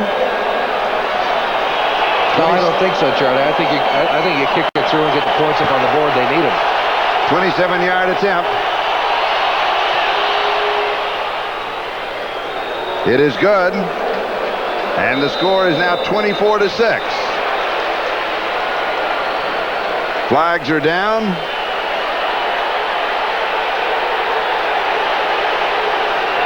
One of the officials has lost his cap. Now that's a mismatch when the official is trying to push Joe Walter away at 6'6", 290 pounds. 79 blue. Somebody better close a mic. 79 blue. That's Ray Childress. And they're going to apply the penalty to the kickoff. 79 on the blue team will enforce it on the kickoff.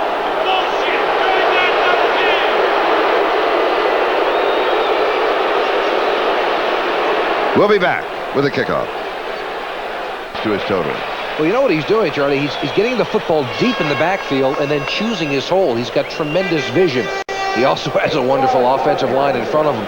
Watch it, though. He gets the football on the right side of the line, but everybody blocks along the line on the left. Munchak, 63. Davis, number 77. And that allows Rozier to make his own cut. The first series, in the first half, he was doing the same thing. Starting on one side, coming back to the other. He's done it so much, it has to be set that way. Yeah, and the key to it is getting the football deep in the backfield to give him time to look at the holes in front of him. If you get close to the line of scrimmage, your vision is not as great.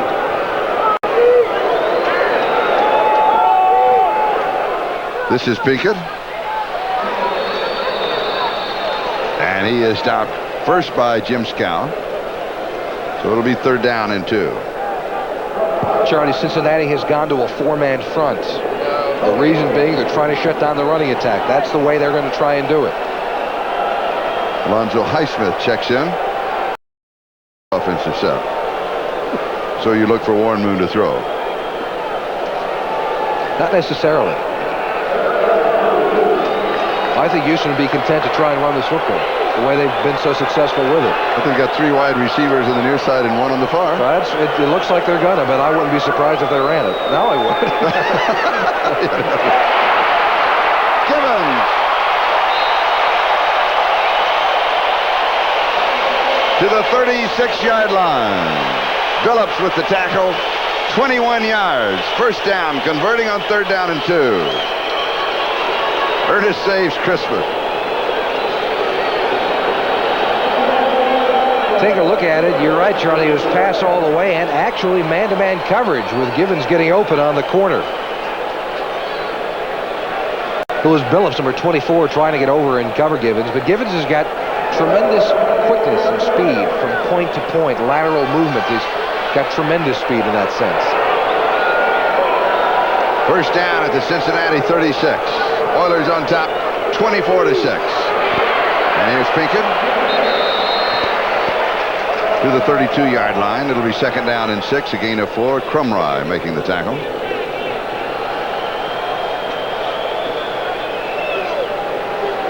Been relatively quiet today, Tim Crumry. And when you look at this Cincinnati defense, you got to say, all right, how do we run against them? That guy, you got to get him out of there. Double team, triple team, do what you have to do. to make sure Crumry didn't make enough tackles. And Rozier back into the offensive set. He's the remaining back. Gibbons in motion.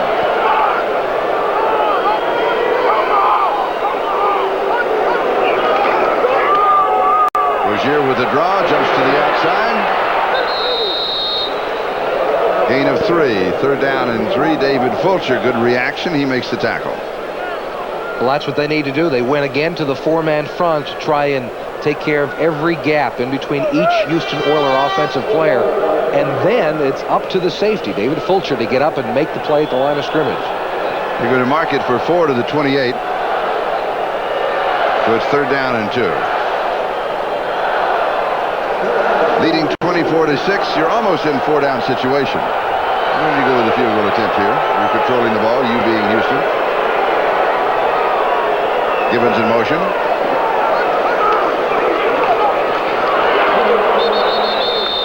Running the option. You've seen that a couple of times. This one not effective at all. Loss of 3, so now it's going to be 4th down and 5. Jason Buck makes the tackle. And Zendejas comes in with a field goal attempt at 4th and 5.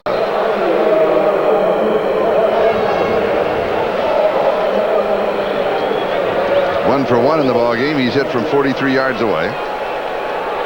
This will be at the 38-yard line, an attempt of 48 yards.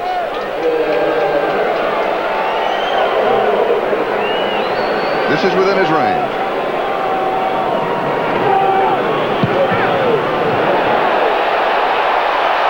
Is it ever?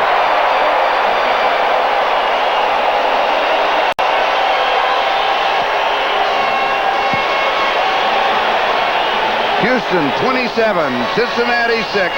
We'll be back with a kickoff.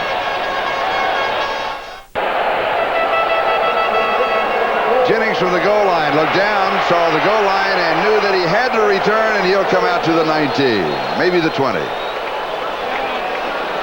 On January 22nd, be sure to be with us. We'll start the day with a senior skins game from Palm Springs. Arnold Palmer, Gary Player, Billy Casper, Chichi Rodriguez. I'll be there with Lee Trevino. Then is on to NFL Live, the pregame show for Super Bowl 23, featuring the Talent Challenge, a fascinating competition displaying the off-field talents of some of the most gifted players of the National Football League. And then, of course, it's Super Bowl 23. Did you sing or dance, or would you, if you were playing now, could you qualify for the? Not unless Don Shula asked me to. And then you would be a volunteer. We have an injured player, and that is Quentin Jones, the rookie from Pitt, the number 2 draft choice.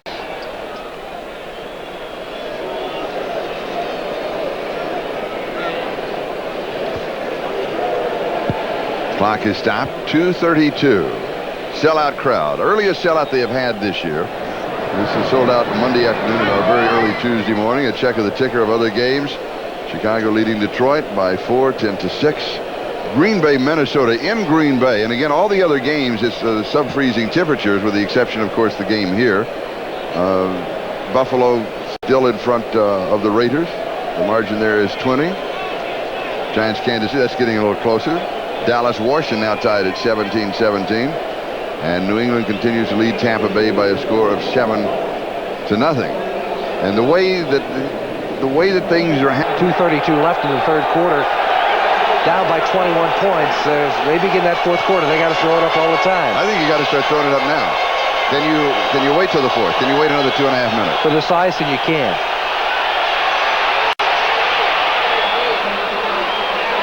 Throwing back underneath the coverage to the tight end Holman, Rodney Holman with the reception. He'll pick up the first down. Did he have a man open deep? Oh, Tim McGee was so wide open. It was incredible. Would have been a tough throw because Esiason would have had to stop and throw way back across the field. But McGee had his hands up in the air, and he's going to the bench saying, "Hey, coach, I was open." Of course, they always say that, whether they're open or not. Gain of 15 and a first down at the Cincinnati 34.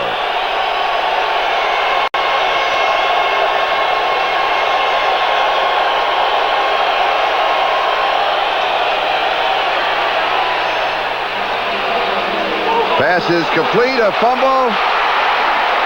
Houston will have the ball. Are they going to rule the fumble? Yes, I believe so. Chris Collinsworth could not hold on to it. Patrick Allen jarred it loose. No, Meads jarred it loose. Allen recovered it. Collinsworth made a couple of mistakes here, not only fumbling the football, but also he had enough for the first down. And in fighting for the extra yardage, he really actually lost a couple of inches and then lost the football as well. Zone coverage, you see the linebackers split away. And there's where you lose it, trying to get upfield. And is it a fumble? Yes, it certainly is. The second hit coming in by Meads is what jarred it loose for Allen to pick up.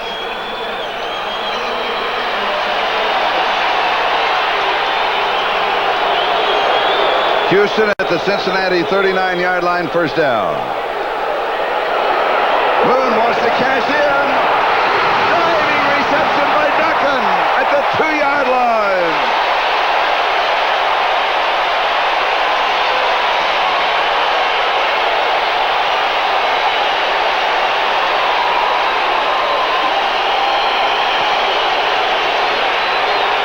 Curtis Duncan, man-to-man coverage down the sideline. He's one of their 4 wide receivers into the game.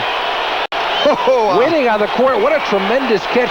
The problem with trying to catch the football under these circumstances, when you lay out like that, if your elbows come down and hit the turf, the ball pops out. Moon, a happy man with a tremendous throw right on the money.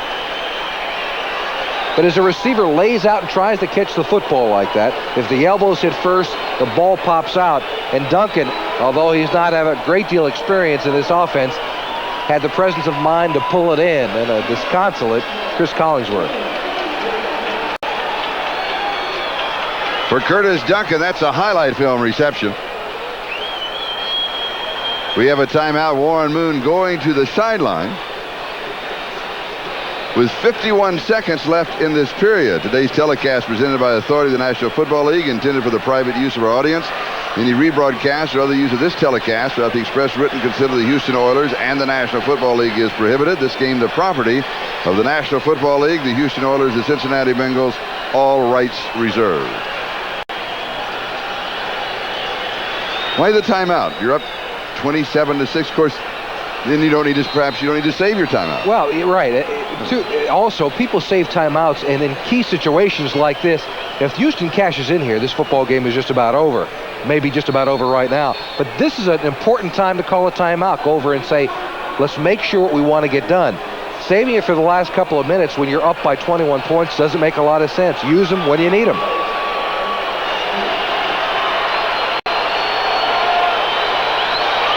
Don Maggs and Jamie Williams, the tight ends. First down goal to go, 2-yard line.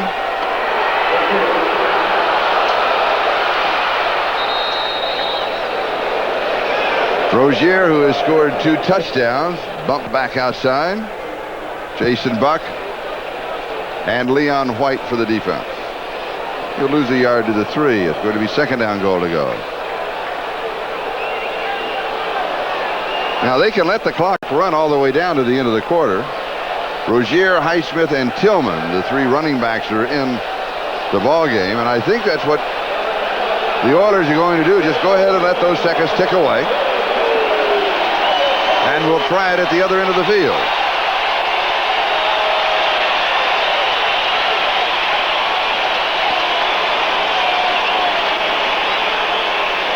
So it's official.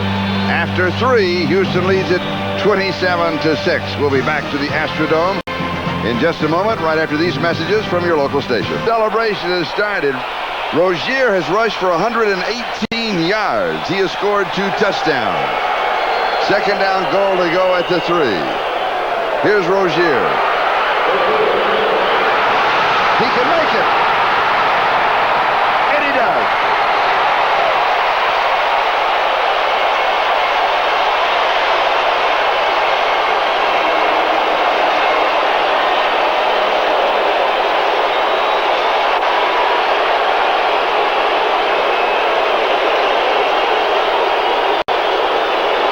This is the 3rd touchdown he scored today, and the 3rd time he's done it just about all on his own. No hold to the outside. The linebacker steps up. Actually, it looked like it was Fulcher, the safety. Seals off the one side, but Rozier has to have enough speed to get back to the other side of the field. I've seen running backs do that.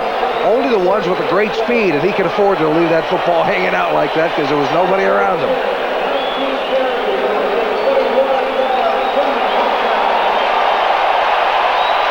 David Fulcher is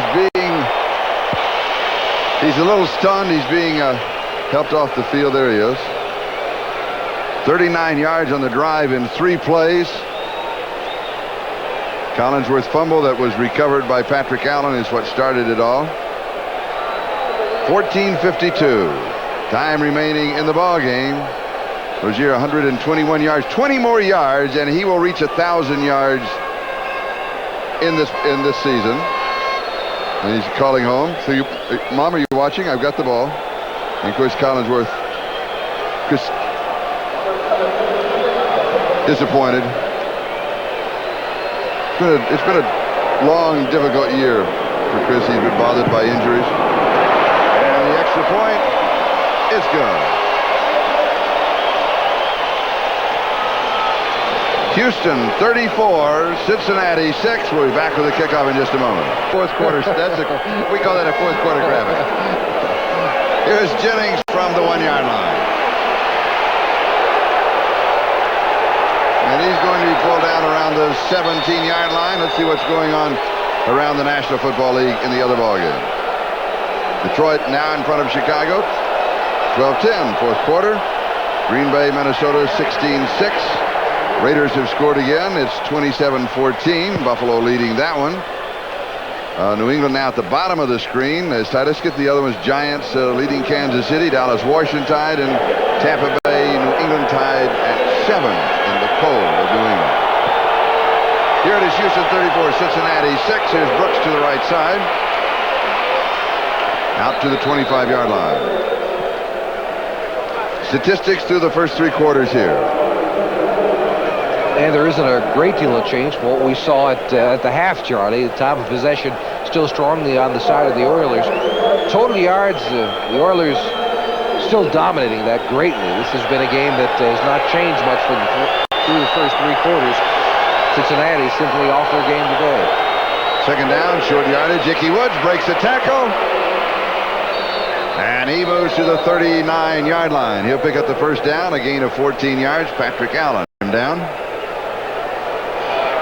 And perhaps now the rushing game's starting to work because time on the side of the Houston Oilers, they just don't want the quick score. Well, they've got 5 defensive backs in the game, and so it's much easier to run against that kind of a defense. And Houston is perfectly happy to let Cincinnati run the ball and take some time off the clock now.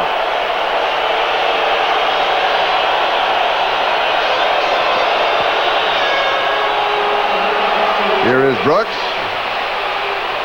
And he goes out of bounds at the 48-yard line. That's good for 9. It'll be second down and 1. Robert Lyles takes him out of bounds. That stops the clock. 13:26. That is the time left with this score. Houston 34 and Cincinnati 6 in the fourth quarter in the Astrodome. Next week on Saturday, Cincinnati will host Washington. We've got a timeout, and we'll be going away. Houston leads it 34-6. Lose this football game. It's not over for home field yet. Ickey Woods breaking tackles. And also it means that decisions will not be made until after the games of next weekend. That's right. The big hole by the by the Cincinnati offensive line. And Ickey doing a lot on his own, picking the hole the same way Rozier did, getting the ball deep in the backfield. But a little bit too late for Ickey Woods to make much of an impact today. First down at the 44-yard line. Eddie Brown in motion. Brooks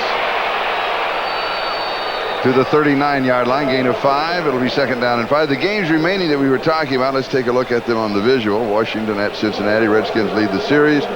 3-1 last meeting in 1985. Cincinnati at home. Washington not playing that well. Houston at Cleveland. Oilers won earlier this season, 24-17. Of course, that was here. Cleveland's at Miami Monday night, so it's a short week for Cleveland. But it's going to be outdoors, and the weather is it's going to be cold. Ickey Woods. Woods has the first down to the 30, and then to the 23-yard line. Once again, good blocking at the point of attack. Anthony Munoz, I believe, yes, opening hole that time for Cincinnati's offense. Number 78, take a look at him. Down the line against Jones, and all he has to do is keep him going down the line. You see, that kind of blocking allows Ickey Woods to simply take a look find his own hole, and Munoz. Here's Brooks. Good defensive play by Eugene Seal.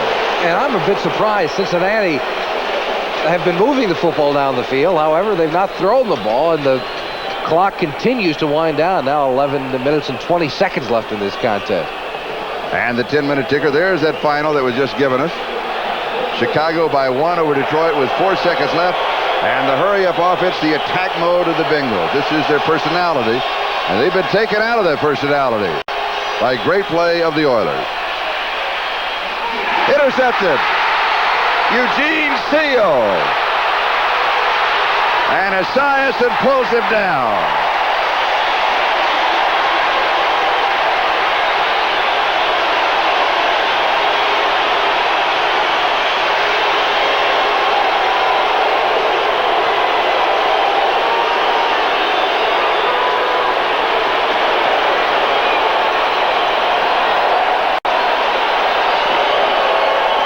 Eugene Seal, number 53, bottom right part of your screen, 5'9½". The shortest linebacker in football today. Plays a lot in special teams. Watch what he does to Boomer. I like the head fake. Straight arm Boomer Esiason. Wasn't going to give much of a head fake. 46 yards on the return for Eugene Seal. Well, let's see that again. Watch his head fake. Head fake and a forearm. Oh, yeah, we'll have it. Take a look at it again. Esiason just purely makes a bad decision. But watch the head fake. Well, we'll get to it. We'll hold it right there. We'll come back here. You got to see the head fake. One more time. And here's Rozier, who scored 3 touchdowns, and he'll pick up a couple of yards to the 33. Buck with a tackle. Here it is coming up. There it is. Then the forearm. Boom, right into the chest of Boomer Esiason.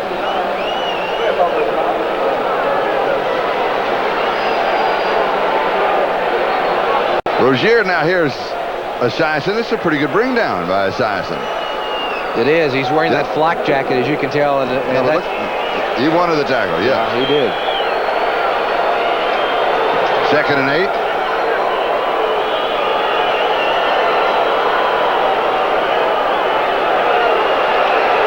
Moon goes deep. Hill is there. Touchdown.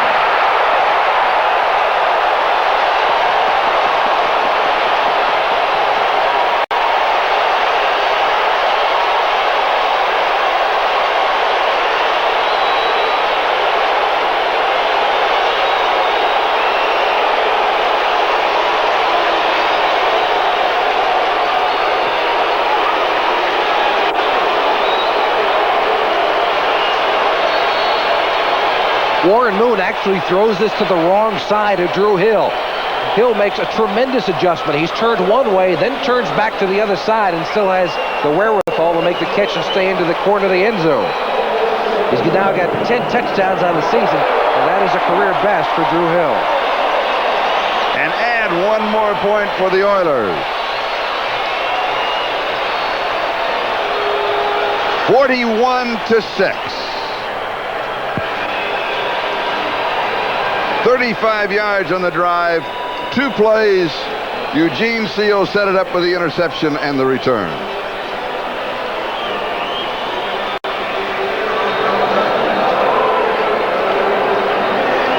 Warren Moon may have seen his chances for a Pro Bowl berth slip away last week with a poor performance against Pittsburgh, but he may have won it back here with a strong day. He did throw it to the wrong side there. You see Hill twisting around, but it doesn't matter. He makes the catch and gets the score.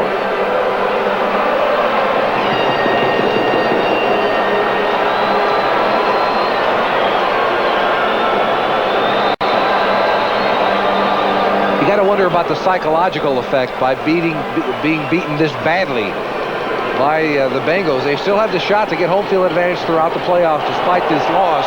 But psychologically, can you recover from being beaten now by 35 points? Houston recovered from the upset of the Steelers. Now can Cincinnati do it when they go home? Jennings downs it in the end zone. Let's go to New York for an update. All right, Charlie, 4 seconds to play at Soldier Field. Kevin Butler from 32 yards out. He splits the uprights, and the Bears beat Detroit 13-12. The Lions had missed the extra point, had it blocked after one of their touchdowns. That was the difference in the game. You'll see Lion coach Wayne Fontes agonizing along the sidelines. Wayne Fontes can't believe it. The Bears have won 13-12. Meanwhile, the Vikings are trailing at Green Bay, and if that holds up, Chicago clinches the NFC Central.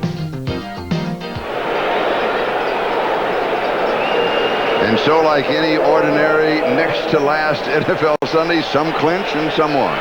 And some will wait. And some play later, tonight and tomorrow.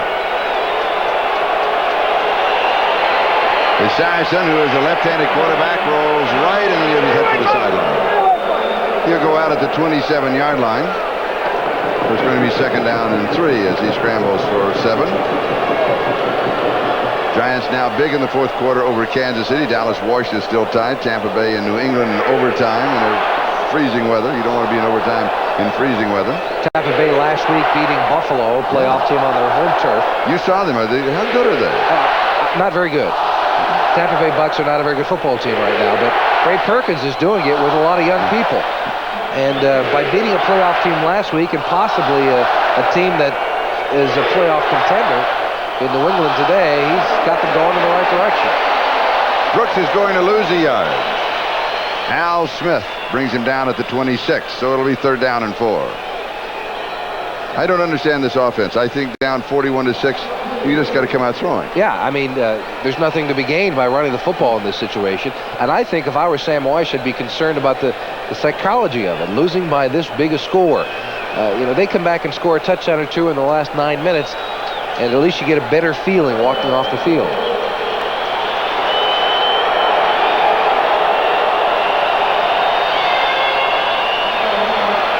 They stay with the run, and this time it is Stanley Wilson, and Al Smith makes the tackle. We're moving on the 9-minute mark, time remaining. And what this means... It's the 1st down at the 34. Go ahead, Jimmy. What this means is that Houston still has an outside shot at winning this division title. If they win next week and Cincinnati loses, then Houston will win the Central.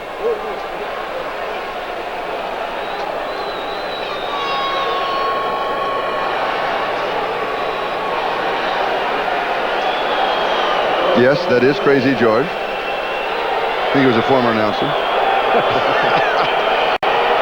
1st down, Cincinnati at their own 34-yard line. Still on the ground. Here's Brooks to the 40. Gain of 6, 2nd down and 4. Meads and Fuller make the tackle.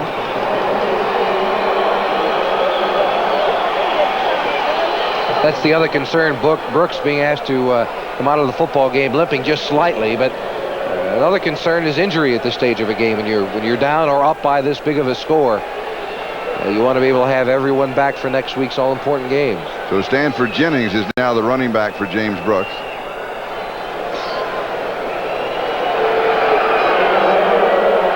Second down and 4.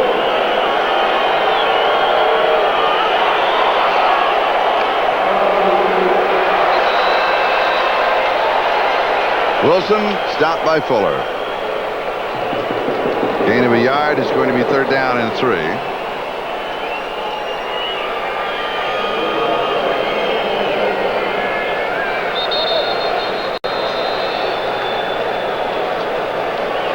And so Cincinnati's record is going to be 11-4, Houston 10-5, and Cleveland. That's that new blue rinse that has caught everybody's eye down here. No, that's ZZ Top, the rock group. Tonight on NBC, the magical world of Disney and his family ties day by day, and the Sunday night movie Spies Like Us. Dan Aykroyd and Chevy Chase starring in the movie, so be sure to join us again tonight here on NBC. Esiason rolling left, sets, throws. He goes to McGee. And just a moment ago, while we're away on commercial, Ickey Woods going to the locker room. This is on tape. We do not have a report. He wasn't limping. And as soon as we get a report, of course, we will pass it on to you. A 1st down for Cincinnati. And Ickey Woods coming into today's game had 880 yards rushing, so he's in the mid 900s. He can go over 1,000 next week, and probably is the odds-on favorite for the Rookie of the Year. At least in the AFC, I certainly think There's some potential Rookie of the Year candidates. We'll come back again with this panel after this play. Wilson, the ball carrier. Grimsley with the tackle. It'll be second down. Let's go back to the panel. John Stevens, New England. Tim Brown of the Raiders, Heisman Trophy winner. Eric McMillan, Thurman Thomas, Brian Blades. I got to put some pressure. Who would you vote for? I'd vote for Ricky Woods. I don't think there's any question about it. He's meant so much to the #1 offense in football today. John Stevens has had a strong year. Yeah. I think he'd be my second vote. I would go 1-2. I think you're right. I have a score just in. New England with a 27-yard field goal at the 11:52 mark, overtime. This time remaining overtime, and New England defeats Tampa Bay 10-7. Strosky winning another ball game. He lost the Indianapolis game, at least a chance to go into overtime, and the pass thrown to the wrong side of Tim McGee. It is incomplete. He had to turn around. Bostic and Donaldson. Is that a hard move from a receiver standpoint? To try to turn around? Yes. You know what happens when you're focused on the football looking one way, and then you've got to turn completely around and find the football. And these lights, remember we talked about this ceiling? Hey, they forgot all about him. Tim McGee walked right down the middle of the field, and nobody saw him. He had to turn all the way around, look at the lights at the top of this stadium, and find the football as he's twisting in midair. That's a near impossible catch. One that Drew Hill made, however, just moments ago for a touchdown. Third down and 10. Cincinnati has converted only 4 of 13 third down opportunities. Here's the draw. Does not fool anyone. Jennings brought down by Doug Smith. A loss of 3 to the 50-yard line, where it will be 4th down. One of the finals that we talked about, Chicago by 1 over Detroit. Fourth quarter, Green Bay still upsetting Minnesota. In the fourth, Buffalo is still leading the Raiders, although the Raiders are clawing back. A final, Giants over Kansas City, 28-12. In the fourth quarter, Dallas leads Washington, 24-17. And there's the overtime victory by New England, 10-7 over Tampa Bay. Here it is Houston 41, Cincinnati 6, with just under 5 minutes left in the ball game. Houston has its prevent defense in. They're not completely sure that Johnson's going to kick this one away.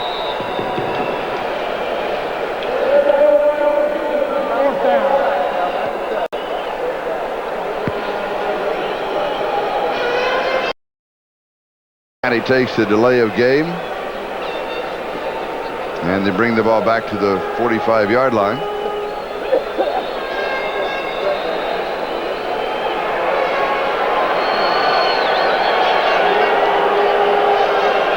Johnson to kick. Johnson wanted just another 5 yards to try to nail it in the corner before going into the end zone. That's the reason why they took that penalty on purpose.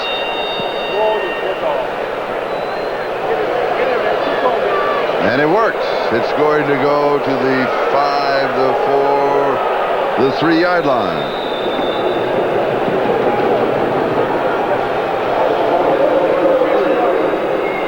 And by the way, we want to wish a special greeting to Ernie Thiel, our technical manager, and all the best of luck. This is his last game with NBC. Ernie's not going to hang around for Barcelona. The rest of us are. Of the top 40 rushers in the National Football League, only 2 running backs average 5 yards per carry or better. Can you name them? Can you? Yes, because I rehearsed this earlier, so I know what. Yes, I know what the. Okay. I know what the answer is. You do? Yes. But let's save it and we'll use it after this play. Okay. Holding the audience one more time. Houston from the 3-yard line. So there's no end we will go to keep our audience happy. And here's Rozier just for a yard. He now has 124 yards rushing in the ball game. I got to admit, I peeked too. So. You did, so you know. Yeah. While we were doing that, did you notice that Brent Peace is the quarterback? Yes, I certainly did. I saw that. And it's a good choice. Let's take a look at this and get our facts out. All right, you may handle this. The top 40 rushers in the league, the ones with the 5 yard per carry, James Brooks and Ickey Woods, who did not have much of an afternoon here today. Brent Peace coming into the football game. I mean, with the injury to Warren Moon earlier in the game, the Oilers found out how early in the season, they found out how important Moon is to this team, and with this kind of a lead, no surprise at all that Brent Peace is going to take over. Is there a surprise that Rozier is still running? Yep. I think that this is the kind of situation where you put a Lorenzo White in the football game, their #1 choice of a year ago, to find out what he can do, get him a little experience. Rozier and Tillman are the two running backs. And then on the other hand, he could go for 1,000 yards. Yeah, but you got next week. Yes. Time now for our Most Valuable Player Award, sponsored by Budweiser, and this is no surprise. Mike Rozier now with 126 yards rushing, 3 touchdowns, over 100 yards in the first half. Budweiser will make a contribution to the United Way on behalf of all the MVPs selected in today's game. And we've just received a report that Ickey Woods is having his shoulder x-rayed inside, and we'll try to get a report to you as soon as we can, if we get one before we get off the air. Piece to throw. And it is incomplete.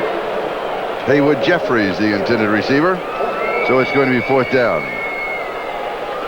And by the way, be sure to stay with us here. As soon as the game's over, all of our television action is not through. We'll have a post-game show. And Gail Gardner, who has been here interviewing Jerry Glanville yesterday to go inside of the national telecast of Saturday's game, and also participating in the pregame show, in addition to adding a little class to our booth, is going to be a major part of that program. So we have some more television remaining this afternoon. Yeah, and I'm looking forward to working with Gail on the 2nd of January as our bowl coverage gets kicked off. There's pressure, and he barely gets it away. And it goes out of bounds. So Cincinnati will have good field position with 2:29 remaining. And they trail 41-6. And will we see Turk Schonert coming in at quarterback for the Bengals? 31 yards on the kick. Next weekend, on Saturday, the national telecast, New England at Denver, and Dickenberg, Merlin Olsen will be there. Mile High Stadium. It's always fun to work at Mile High Stadium. And the doubleheader, Houston at Cleveland. That looms larger and larger with Buffalo at Indianapolis, Miami at Pittsburgh, and the Buffalo-Indianapolis game, of course, for home field advantage. And then Cephalo and Jones at the Coliseum in Los Angeles, Seattle at the Los Angeles Raiders. And that could well be the game that decides who will be the champion of the West.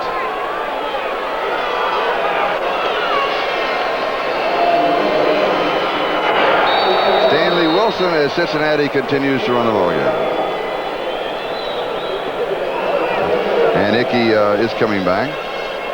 And since this is a local telecast, and, you know, there has been some things written, particularly about my broadcast partner, and the fact that he and his broadcast partner, that one being me, have an 0-6 record with Jerry Glanville's Oilers. I know that Jerry will be pleased to know that our record now surges to 1-6. But we did not have dinner with it. We had lunch, but not. Here's the report card on the Bengals, and as you look at the individual numbers that interest you, you really have to say, with a defensive line, 396 total yards, and offense that never got going, that today was a failure as far as the report card is concerned. I think it's an F. Yeah, I give him an F as well, in all forms.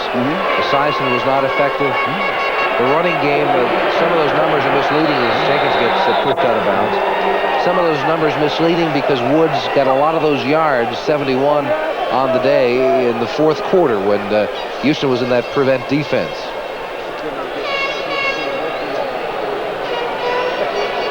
Well, we're just looking at that shot to see for Linscamp. I'm always leaving that out of mind. That's something that I always do. A loss of 5, so it's going to be 3rd down and 14. And the clock is stopped with the ball going out of bounds with 1:54 left to go in the game. Jamie Williams, better known as Spider-Man here, working with the youth of Houston, drug prevention. Stanley Wilson, Eugene Seal with a stop.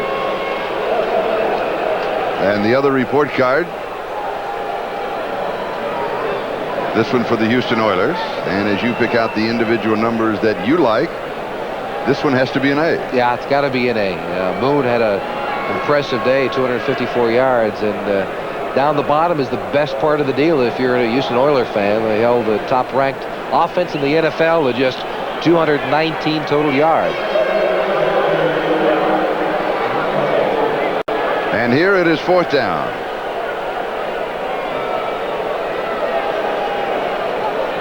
Five seconds to run on the 45-second clock, and Cincinnati here is just taking all the time possible off of the clock, conceding the victory to the Houston Oilers.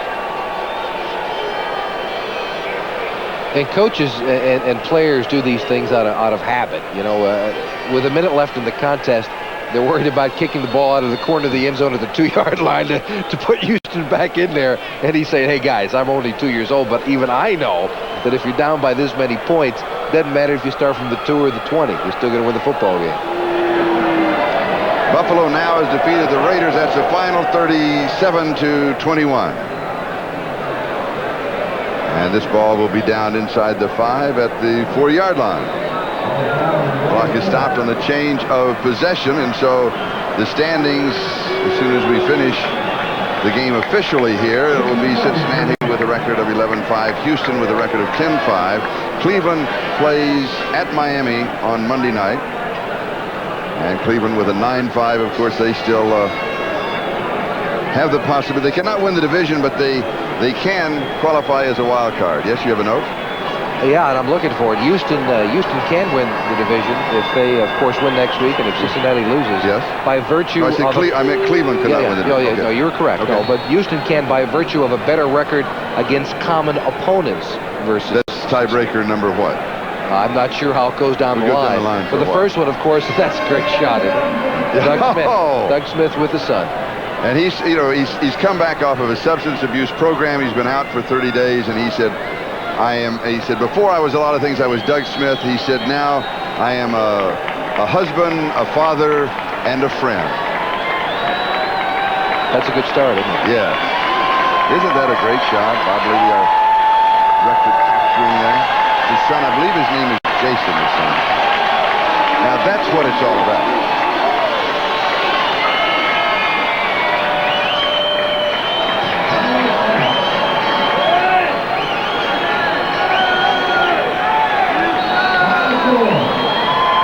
The last snap of the ball game now. Official congratulations all around for the Houston Oilers and Jerry Glanville. Yes, he's coming out to shake hands with Sam as he did last week. He's done quite a job. Chuck Noll, the head coach of Pittsburgh. Exactly, and he's done quite a job, Jerry Glanville did, getting his team back after a devastating loss, as it has been described. And now that is the challenge that faces Sam White. We'll be back in just a moment.